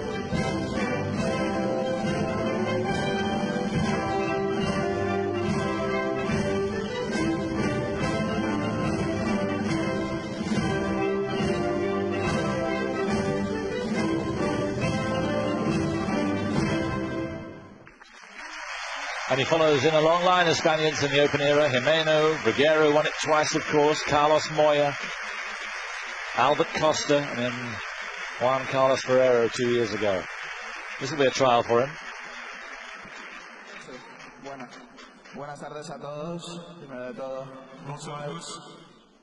todo me gustaría agradecer la presencia aquí de Su Majestad el Rey y del resto de autoridades. Saying that he wants to thank the King of Spain, Juan Carlos, for being here today.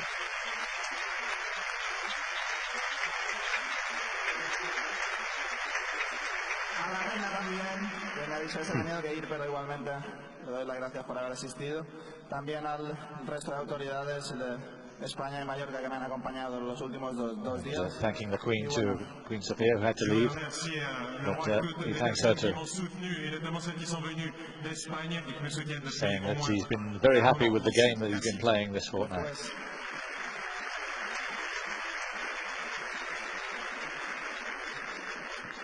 Me gustaría pues agradecer verdaderamente a toda mi familia que está aquí, a todo mi equipo que me ha acompañado siempre, especialmente his family, mi tío que desde pequeño who've always been with him and have been right the way through his career. estar aquí y poder ganar.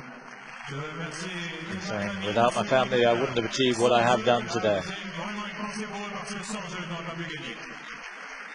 Después, agradecer al público maravilloso durante toda la semana. And now it's the turn of the public.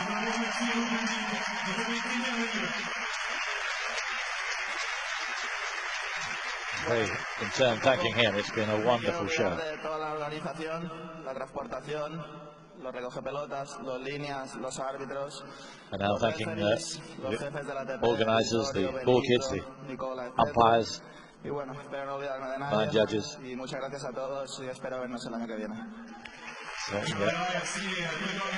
thanks to everyone, and he hopes he hasn't forgotten anybody. I don't think he has.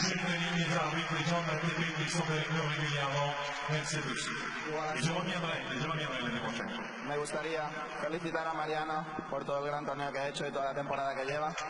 He wants to thank Mariano. He provided such stern opposition, and saying that he provided a great contest, came back from nowhere. And now Puerta. Bueno, tengo tantas cosas para decir que no sé por dónde empezar. Principio, So many things to say. He said, I don't know where to start. Of course, he's come back from the drugs ban in July and has forced himself back from 440 up into the top 40, and now he'll be in the top 20. Giving his congratulations to Rafael Nadal, who said he's just played a great match. Que hicieron posible que se haga, la verdad que muchas gracias. Sé que debe haber sido mucha gente the organizers, y que debe haber requerido mucho esfuerzo. It's a big camp and there's a lot of work to be done.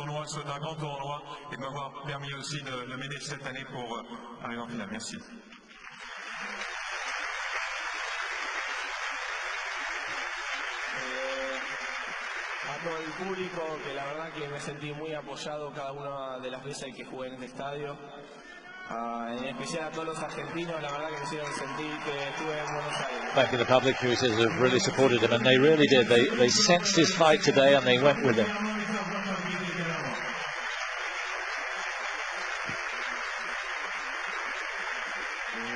Terrific match and a great occasion. A Gringo, a Giorgio, a Darío, a Daniel, a mi mujer también.